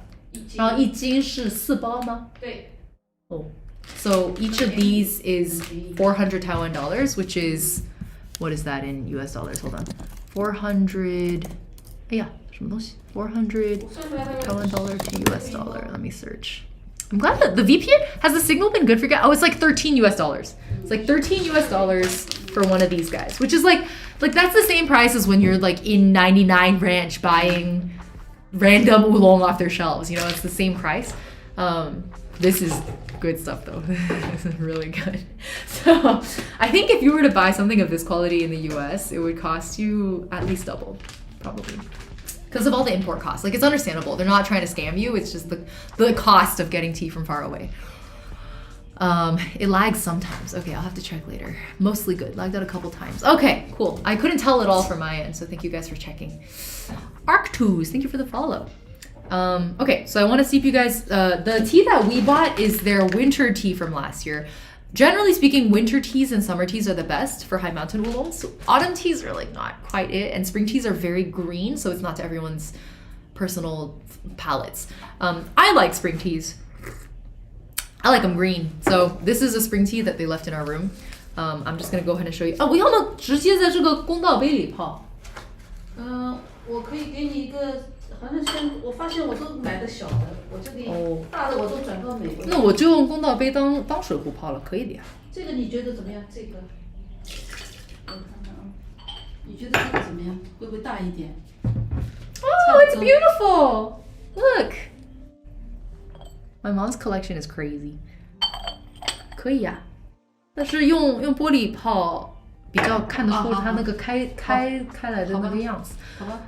这样的话我需要另外一个公道杯。好，你有吗？谢谢。或者 Mom is today's stream assistant. 我这里没有啊，我这里很多都是在。Oh shit! I lost YouTube chat again. I'm so sorry, guys. YouTube's like a smaller window, so I keep. Okay, it's okay. Nobody's talking there anyway. We're good.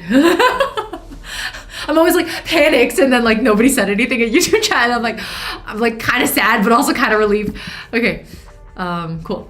Let me just get. So we're gonna use. So this was the gongda bay earlier. We're gonna use it as a teapot because when you steep, this is again is a thing we learned from the tea farmers that we were staying with. When you steep oolong teas, hold on, let me show you. When you steep Taiwanese high mountain oolong, do you see how these are like little balls? Hold on, let me hold it in my. They're like rolled into little tea leaf balls. You see that? And 这个开不开呢？它哦，你用当成公道杯吗？可以，好。对，我这个再烧一下。Okay, So new plan. I'll still use this as a gongdabe, but I'll use this as the teapot. The tea farmers told us to use glass, or that we should use glass. They said they like to use glass when they steep because a lot of oolong tea steeping, unlike with the tea that we steeped earlier, for example, where I just capped it and we kind of steeped it blind, it's honestly just like a sense of time, right? With oolong, you kind of need to watch it. You need to see the tea leaves unfurl, and then as it unfurls, you can tell how ready it is for consumption. So people are like, how long should you steep the tea? I'm like, it's your spidey senses. Sorry. So especially with oolong, it's very like, I guess you eyeball it. Anyway, I'm gonna rinse it out this way. So, okay. And then you guys can see, you can watch it unfurl. And you could tell I just poured in boiling hot water just now. Give it a little bit of time and you'll see the balls start to open. Unable to find these if I search for gunpowder tea. I feel like gunpowder green is such a different taste though, somehow. Yeah, YouTube is mostly lurkers. We welcome lurkers in this house. You guys are very welcome. Spidey senses. Spectre, that's exactly it though. Like I feel like tea, because I get that question a lot. People are like, how do you correctly steep tea? And I'm just like, it's just trial and error in spidey senses. Like the more you steep, the more you get a sense for how you like your tea, and that's the only thing that matters is like, do I like my tea steeped like this? If so, nobody can tell me it's wrong, because that's how I like it. Like, what are you gonna say about that? It's a matter of opinion. Okay, here's the, you can see, you can notice right there, like opening up. And actually the color and the piecemealness of these leaves also kind of gives away their quality. So these are like not super high quality leaves. But in my experience with Taiwan high mountain oolongs, I genuinely don't think tea quality matters very much. I think it's just the flavor. It's in the same way that steeping it is like, oh, the leaf just came out. In the same way that the way you steep tea depends entirely on your personal preference. I think high mountain oolongs are very similar in that you can't always tell just from looking at the leaves whether that's good tea or not. You have to actually taste it. So there you go. That's what the color looks like. Oh my god, I wish I could show you guys the like, okay, I'm looking at it through the sunlight and it's like gorgeous. It's this gorgeous like light yellow green kind of color. No, I didn't finish this. Let me rinse this out. Yeah. If you need a starting point for how you want to steep tea, like there's like advised steep times for these kinds of balled up teas because they need some time to open up. The standard guidance is 30 seconds first steep, 20 seconds second steep, and then like 10 seconds per steep basically, or depending on your tea and how much tea you have in here. Also, you can do like instant decant also. Dotori, hello! Thank you for the raid. Welcome raiders. What were y'all up to? Welcome. Let me do, oh wait, you were also doing travel story time, right? You were, because you're back from Korea. You beat me home by a little bit. I'm gonna be home next week. Hold on, let me do a shout out.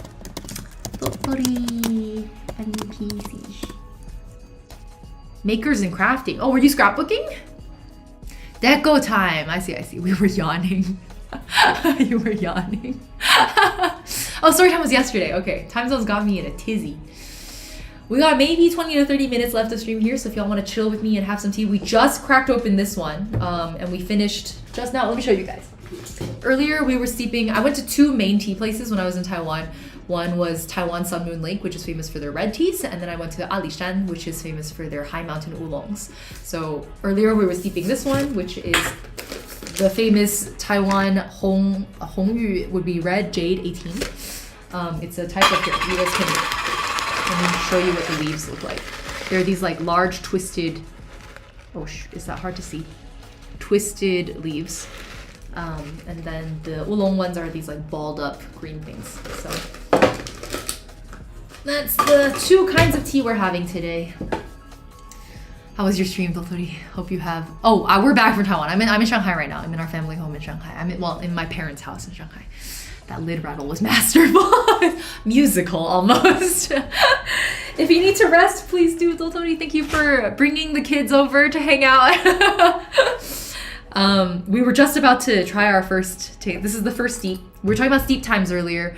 The general advice, and again, no correct way to steep tea, but the general advisory, if you don't know where to start for these kinds of like balled up rolled oolongs, are 30 seconds, 20 seconds, 10, 10, 10. Some people go 30, 20, 10, and then instant for a while, and then you go 10, 20, 30 as it starts to get lighter. So I think the lifetime steep of these is like you can get maybe 6 steeps out of it. So my personal preference is I'll do 30, 20, 10, 10, 10, 20, 30, and then get to like 7 steeps. Kami, thank you for the gift sub to Dotori. Appreciate it. All right, cheers. Oh, the color is so beautiful. This is the free tea that we got too. It was the tea they gave us for free for staying at their bed and breakfast. I think I oversteeped it just a little bit.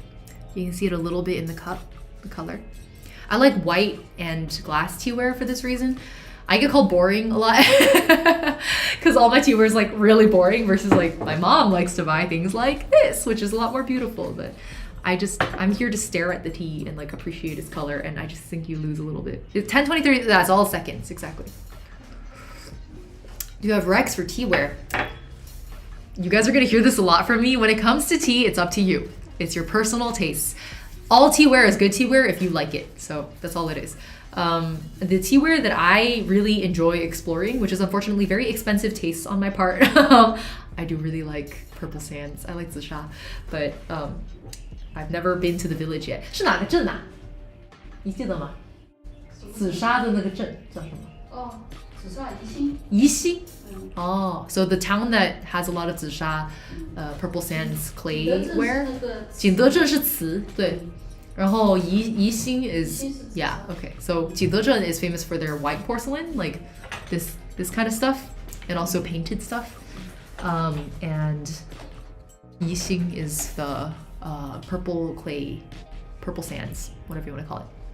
Beauty is subjective, exactly. I actually like how simple your teaware is. Thank you. I also like it. So again, nothing wrong with any type of teaware. It's just what you like. I also, for me, it's a lot of like, it's functionality focused. So I care a lot about like the shape and the feel of the teaware in my hands. Like my favorite way to shop for teaware is like, if I hold it in my hands and it just feels right, I'll buy it. That's my personal, like sometimes it's really cheap too. Like I'm sitting at Daiso, I'm holding like a little, oh my God, I have so many. They're like clearly made for like shochu or like sake or something, or like soju cups. I'll hold them and I'm like, this make a damn good teacup. I buy it, it's like $2 from Daiso, you know? So good. How do we find teaware with all the latest advancements? You want AI teaware? Where are you gonna get that from? Queen That Bob is fierce. He's only cool. Welcome YouTube side. Thank you. I appreciate it. Oh my God, look, when I lean back, I get blasted by this one. I am enjoying this Bob. Wait, guys, do you guys want to see some crazy shit that happened to me recently? Ready? Wait, can I? Where is it? Do you see it? Do you see it? That's a bald spot. It's like kind of hard to see unless I point it out, but once you see it, it's hard to unsee. I deadass have a bald spot in the middle of my hairline. It's like a type of stress-induced alopecia. So I think this used to happen to me like fairly frequently in high school and college, but it hasn't happened in my adult life. I think I might literally just be traveling too much. Like, I think yeah, it's once I point it out, it feels really obvious, but you've probably gone this whole stream without noticing it, huh?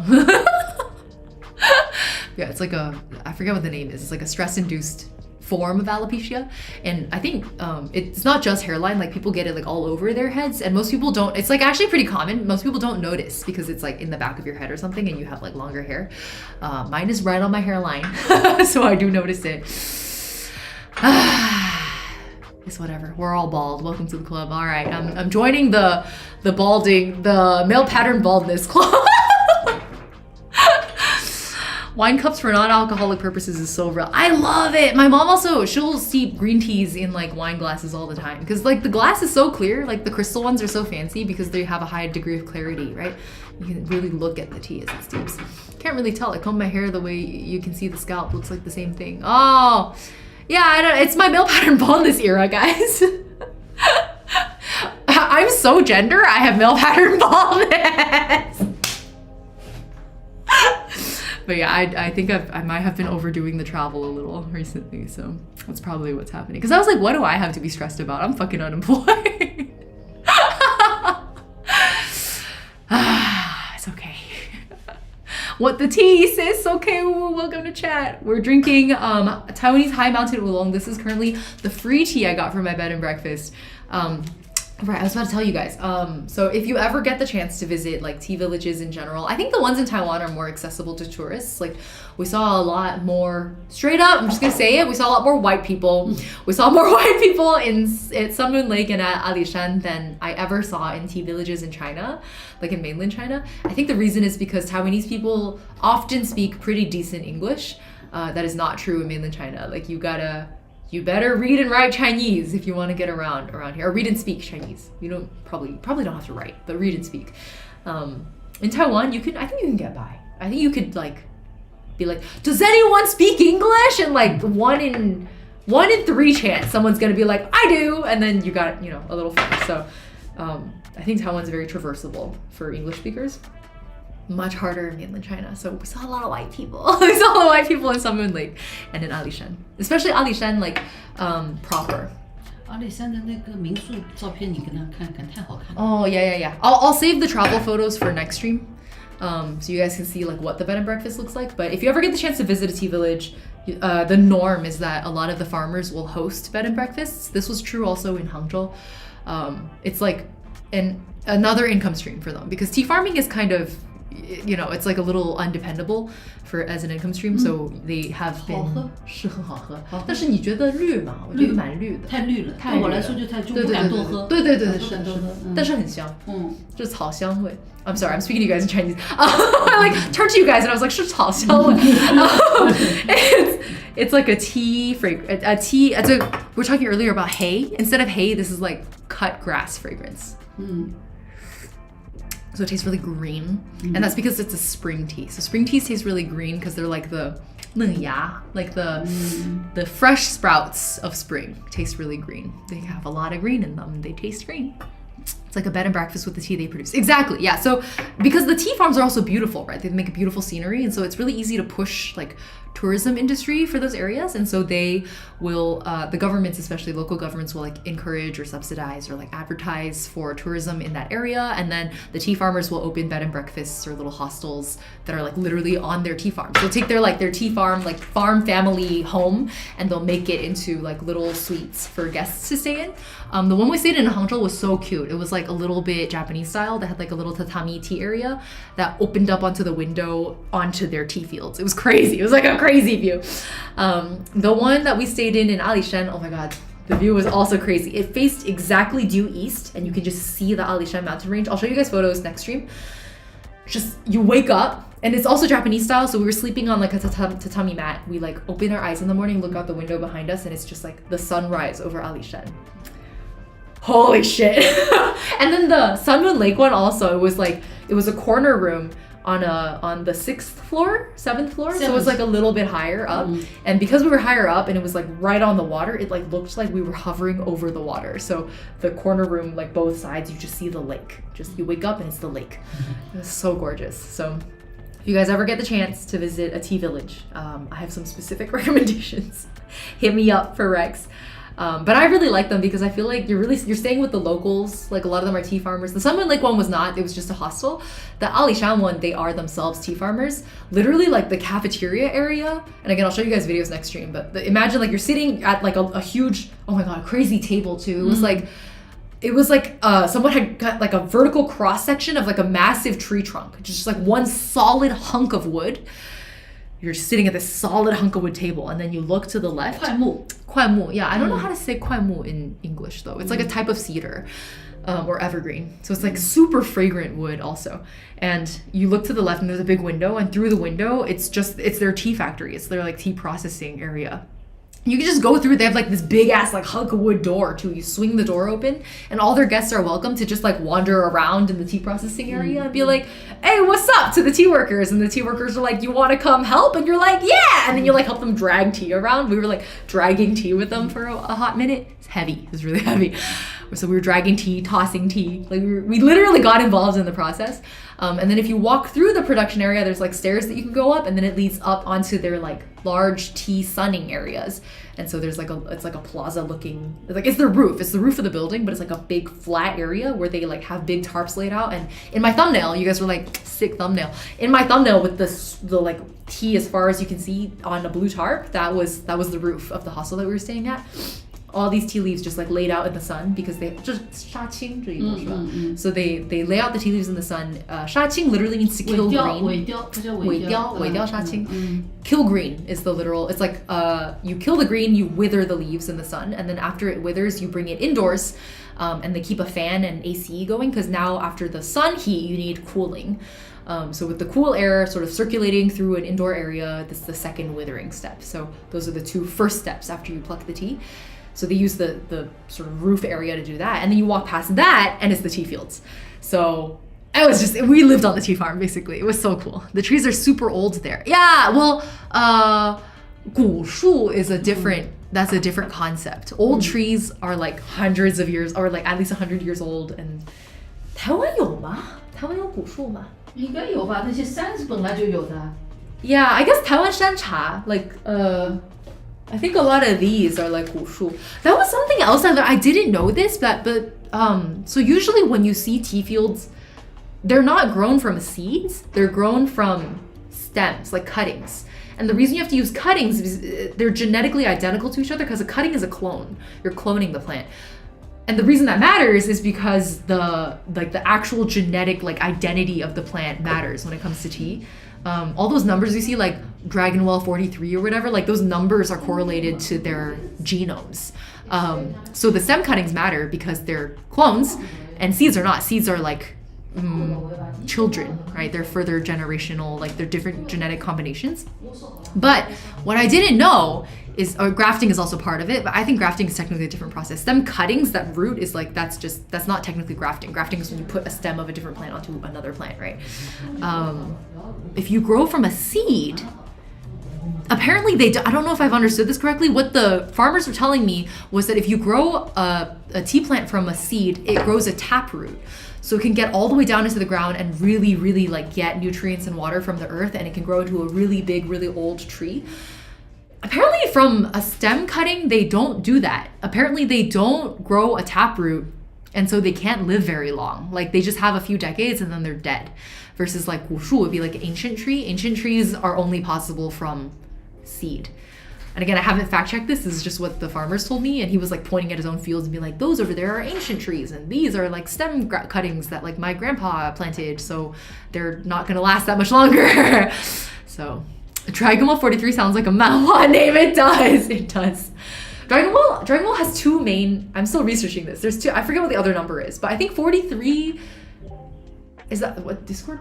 I think 43 is the more common cultivar now, and was it 30 something? I forget. There's an old like sort of traditional Dragon Well cultivar that they don't grow very much anymore because it's not as hardy as the new one. But a lot of tea aficionados will like swear by the classic Dragon Well because apparently it tastes kind of different.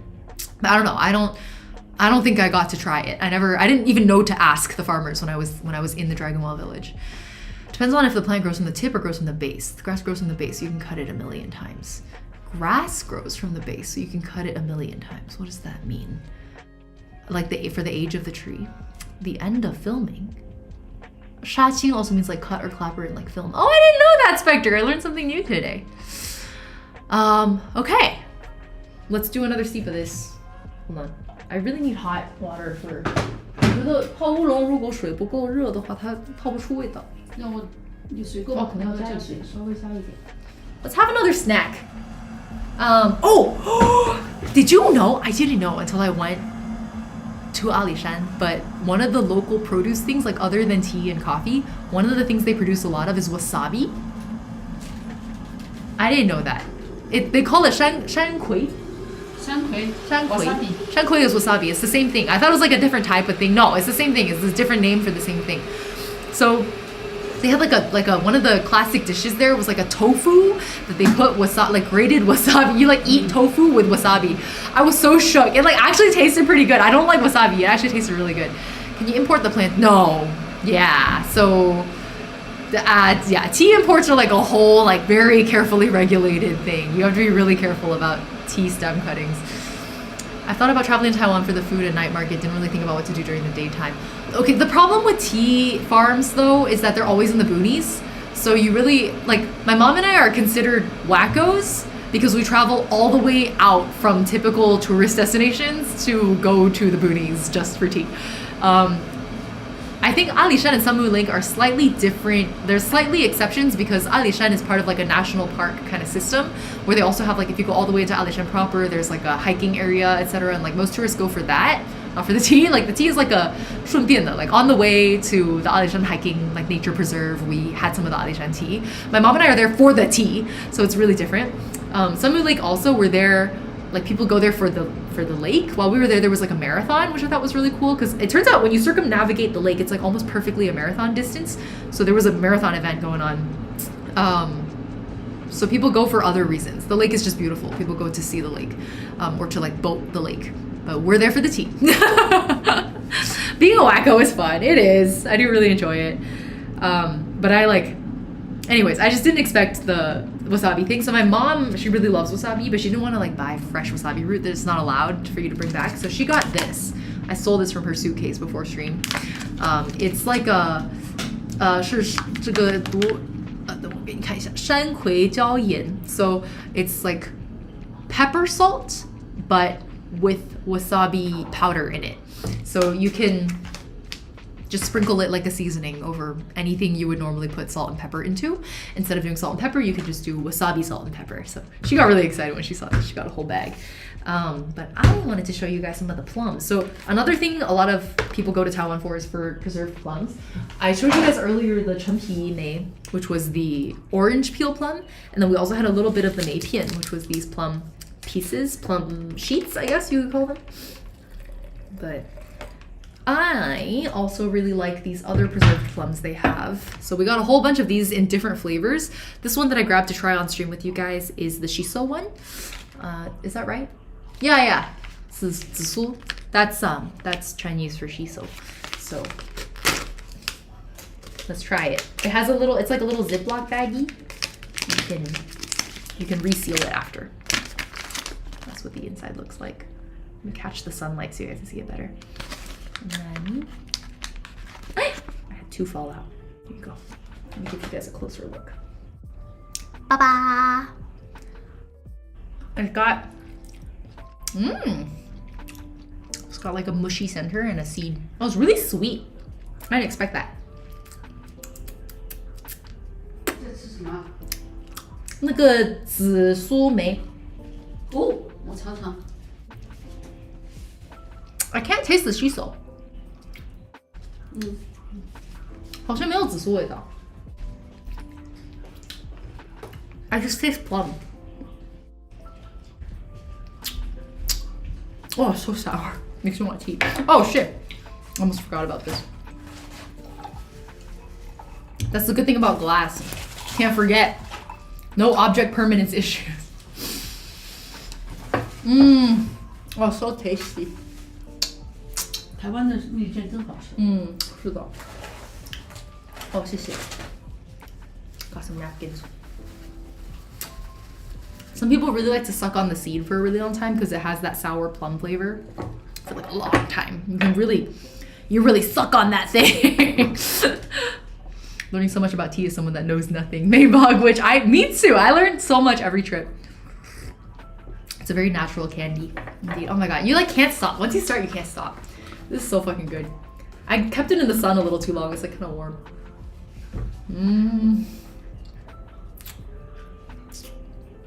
It's a little too mushy for my taste. I like the dried ones better because they're chewier.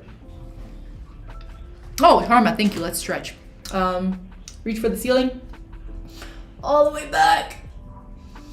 Back to the center. Reach to the left. Back to center. Reach to the right. Little arm circles. Has your mama heard your Valley Girl accent? Oh yeah. I do it at her all the time. Very frequently. She rolls her eyes at me. Otaku face is like, Valley Girl redeem. Okay, so like we had 2 different kinds of tea today. And right now we're drinking the High Mountain Oolong. I really like having these plums with tea, but I think I'm gonna have a 3rd one and like stop. Because it's a little too sweet and like the mushy mouthfeel is like not it. Also, it's kind of like warm because of the sun, so they're like low-key cooked, just like me. But I'm gonna go back to like the orange peel plums because I like that they're chewier. Kami's like, stop. Can we have your mom's valley cry? There's no way. I don't think she knows how to do one. I'm not even gonna ask. Hope you enjoyed that otaku face. Thanks for the redeem. Okay. Have a little more tea. Let's see, are there any more snacks I want to show you guys? I think that was it.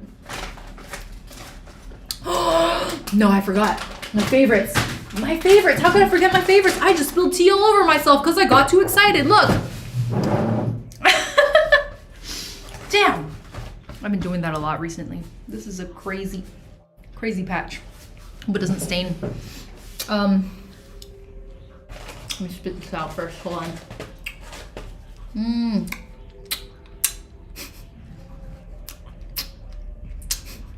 If I weren't on stream, I'd keep this in my mouth like another half hour.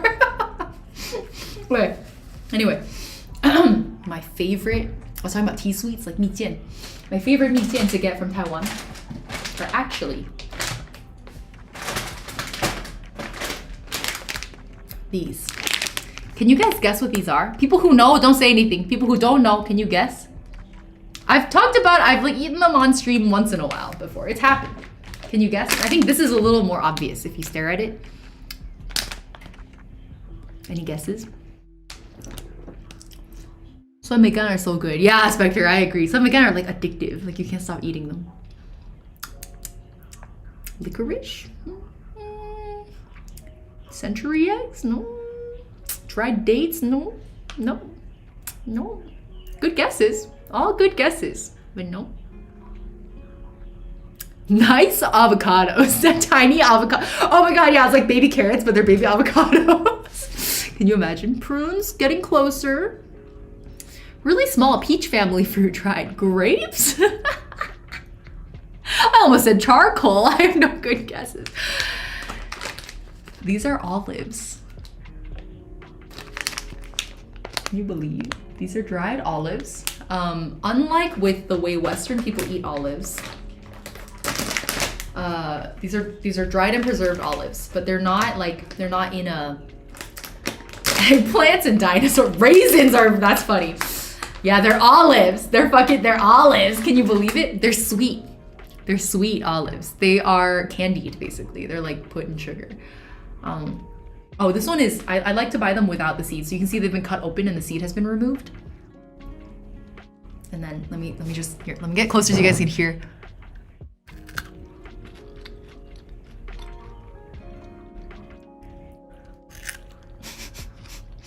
There's like a crunch to them. I really, really like that crunchiness. They're super sweet. Yeah, I guess it's like a sweet brine instead. I'm not sure, but they're packed dry like this in a little tray. I like them so much more than the salty Western olives. I find those really overwhelming in flavor. These are more, I don't know, palatable to me. Oh my God. Imagine that thing on a pizza. So these are actually really hard to find in mainland China. Like I asked my mom to bring me some back and she was like, you can only get those in Taiwan. I was like, fuck. But Taiwan is known for their plum production and their preserved plum production, but you can get those preserved plums in a lot of parts of China, like in the mainland. This, you can pretty much only get good ones in Taiwan. I specifically, my mom and I, we share tastes on this aspect.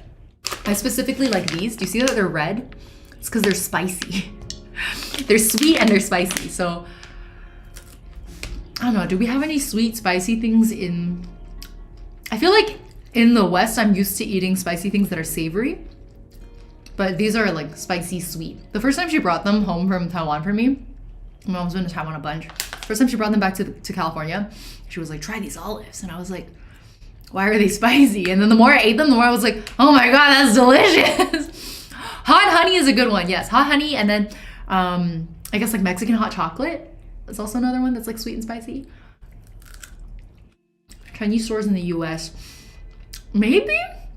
I've tried and I haven't been able to find sweet olives in the US. You love olives? These taste nothing like the salty ones. I will warn you, if you have not tried these before, they taste nothing like the salty ones. I love that you guys are all like, olives! Because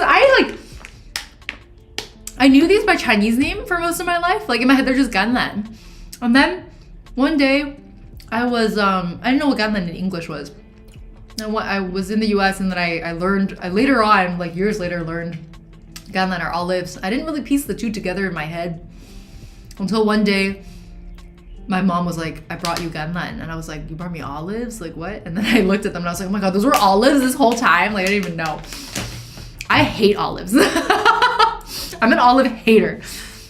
I only recently got to eat the green like butterier flavored olives that you can get at like, I don't know, Vaughn's or whatever. Those I'm slowly coming around on, but I still find olives just overwhelming. Like Western olives, the really salty ones, I don't get it. I guess Western isn't even the right word because I've also had them in like Morocco. I don't know. Salty olives, let's say, yeah. Salty olives are, I don't know, I just don't, because I wasn't raised eating them, so I'm not like used to that flavor profile. These though, I grew up eating these, and then the spicy ones I didn't know about until my mom got them. Now I'm addicted. My mom and I we really screwed up. We only bought this one pack because we thought we were gonna go buy more. And then we just got so wrapped up in buying like tea and coffee that we forgot about the olives. And then we came back to Shanghai and we were like, fuck, there's not enough olives. So now I have to go, it just means I have to go back to Taiwan. Now I have to, I have no choice. Okay, let's eat a spicy olive. This is what they look like on the inside. Ta-da! I'm kind of glad there's direct sunlight here because you guys can see everything so much more clearly. This one has a seed in it. Oh, it's so much crunchier and juicier. Look at the seed. Wow, I love the like little bit of spice. Like a very mild spice.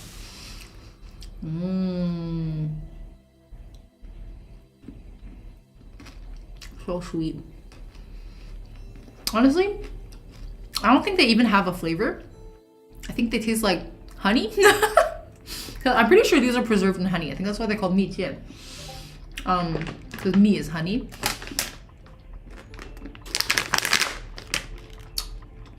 Ah, 果干蜜饯.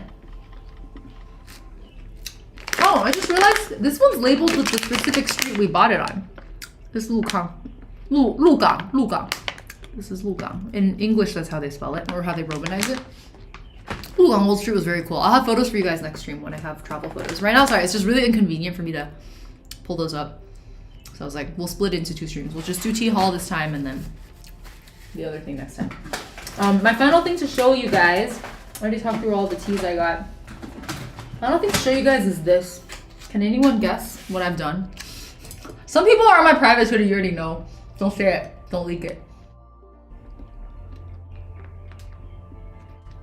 Can you guess what these are? Wait, look how spiky the seed is. Isn't that cool? It's actually really sharp on the 2 ends, so sometimes I like stab myself in the mouth eating these. Haha. Joanna, oh my god, yes. Okay, on YouTube side, Joanna shared my revelation that the olives are the same. They are the same, yeah. Chia seeds, says Karma. These are coffee beans. Specifically, what kind of coffee beans? Can you guess? They are coffee beans. They're very, very vacuum sealed. Here, I'll just tell you guys. It's hard to guess. Pit thanks for the follow. These are raw, unroasted geisha beans from alishan. Like probably one of the single most expensive types of coffee beans in existence. We tried to buy them roasted, and then the guy was like, "Oh, I just sold out of the roasted ones. Like a bunch of people from Taipei bought a bunch and they left. Or no, from Japan. A bunch of people came from Japan to visit, and he like sold them all of his roasted geisha beans, and then he was like, I don't normally like to sell the raw beans because the roasted ones sell for way more. But he was like, you can just take them. So we bought like a whole kilogram of unroasted raw geisha beans. And honestly, this is kind of a stupid move on my part because I don't know how to roast coffee beans. What am I doing? What am I doing with raw coffee beans? So we're probably gonna ask a friend to help us roast it. My mom was also like, she was like, you could just buy things, like you could just buy roasting gear and you could just roast it. Like you just roast it yourself. Just learn. Skill issue, just learn. So maybe I will. Or maybe I will ask someone to roast them for me. Barista friends help, exactly. The ones that have passed the digestive tract. Oh, some of you guys were guessing kopi luwak. Is that what they're called? The cat, the like, wild cat that eats the coffee beans and poops them out. Those are actually really good. I actually really like those coffee beans. Excuse me. Next stream, learning to roast coffee. God, can you imagine? Like I start learning to roast coffee, and the beans I start with are alishan geisha.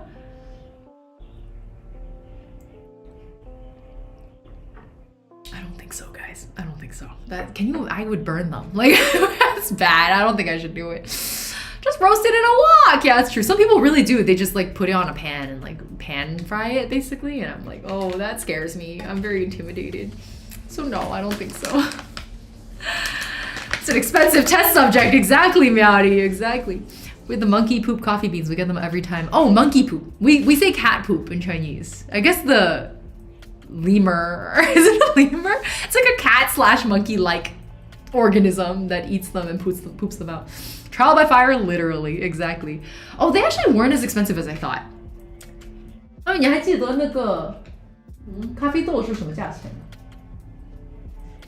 哦，我忘记了，你不是有一个 note 吗？不是查我就没写下来。不过阿里那里我们买的时候我什么都没写，所以那个红乌龙我也不知道，我都没写，忘了。1公斤。是4000吗？3000？我忘了 I have no idea. I vaguely remember it being like $100 US， 所以大概2000吧。我不知道。In my head, it was like $100 US for a kilogram. This is half a kilogram, so he gave us 2 bags of these. Spent a lot of money. But it's cheap. It's so cheap, actually. You could not get this price in the US. Good fucking luck. Okay, I have to go for lunch and my laptop battery is dying, so I think we'll call it here. Next stream will be probably in about a week. Yeah, November 9th, I'll be home. So to help me fix my jet lag, I'll force myself to stream. I'll share all of I already have all my travel photos and videos gathered in a folder. So I'll share that with you all. And we'll talk through a little bit more like beyond the tea and coffee stuff, but also some of the tea and coffee like photos and videos that I have of like what the tea fields look like, what the workers were like. I thought they were really cool. And you guys can see a lot more of the process next stream. So about a week from now, I have to go. I still have 2 more days in Shanghai, and then I'm going to Japan real quick, and then I'll be home. A lot of travel days in between there too. So November 9th or so is when my next stream will be. What you eating, if you don't mind? What do you mean? Because Ying came in late. The olives, the sweet olives that I was showing you. This is sweet and spicy olives. All right, I don't think I'm gonna raid anyone. I'm tired. I need to go. So I'll just say bye to you guys here. All right, whether it's morning, afternoon, evening, have a wonderful time of day. Thank you for joining for our tea haul. One more time for, oh God, I can't even, it won't even fit. I'm not even gonna try. Oh, 那个阿里山我们是用微信付的。This is only half of the stuff I was showing you guys this stream, so. But yeah. Okay. More next time. See you next time. Have a good day. Bye bye.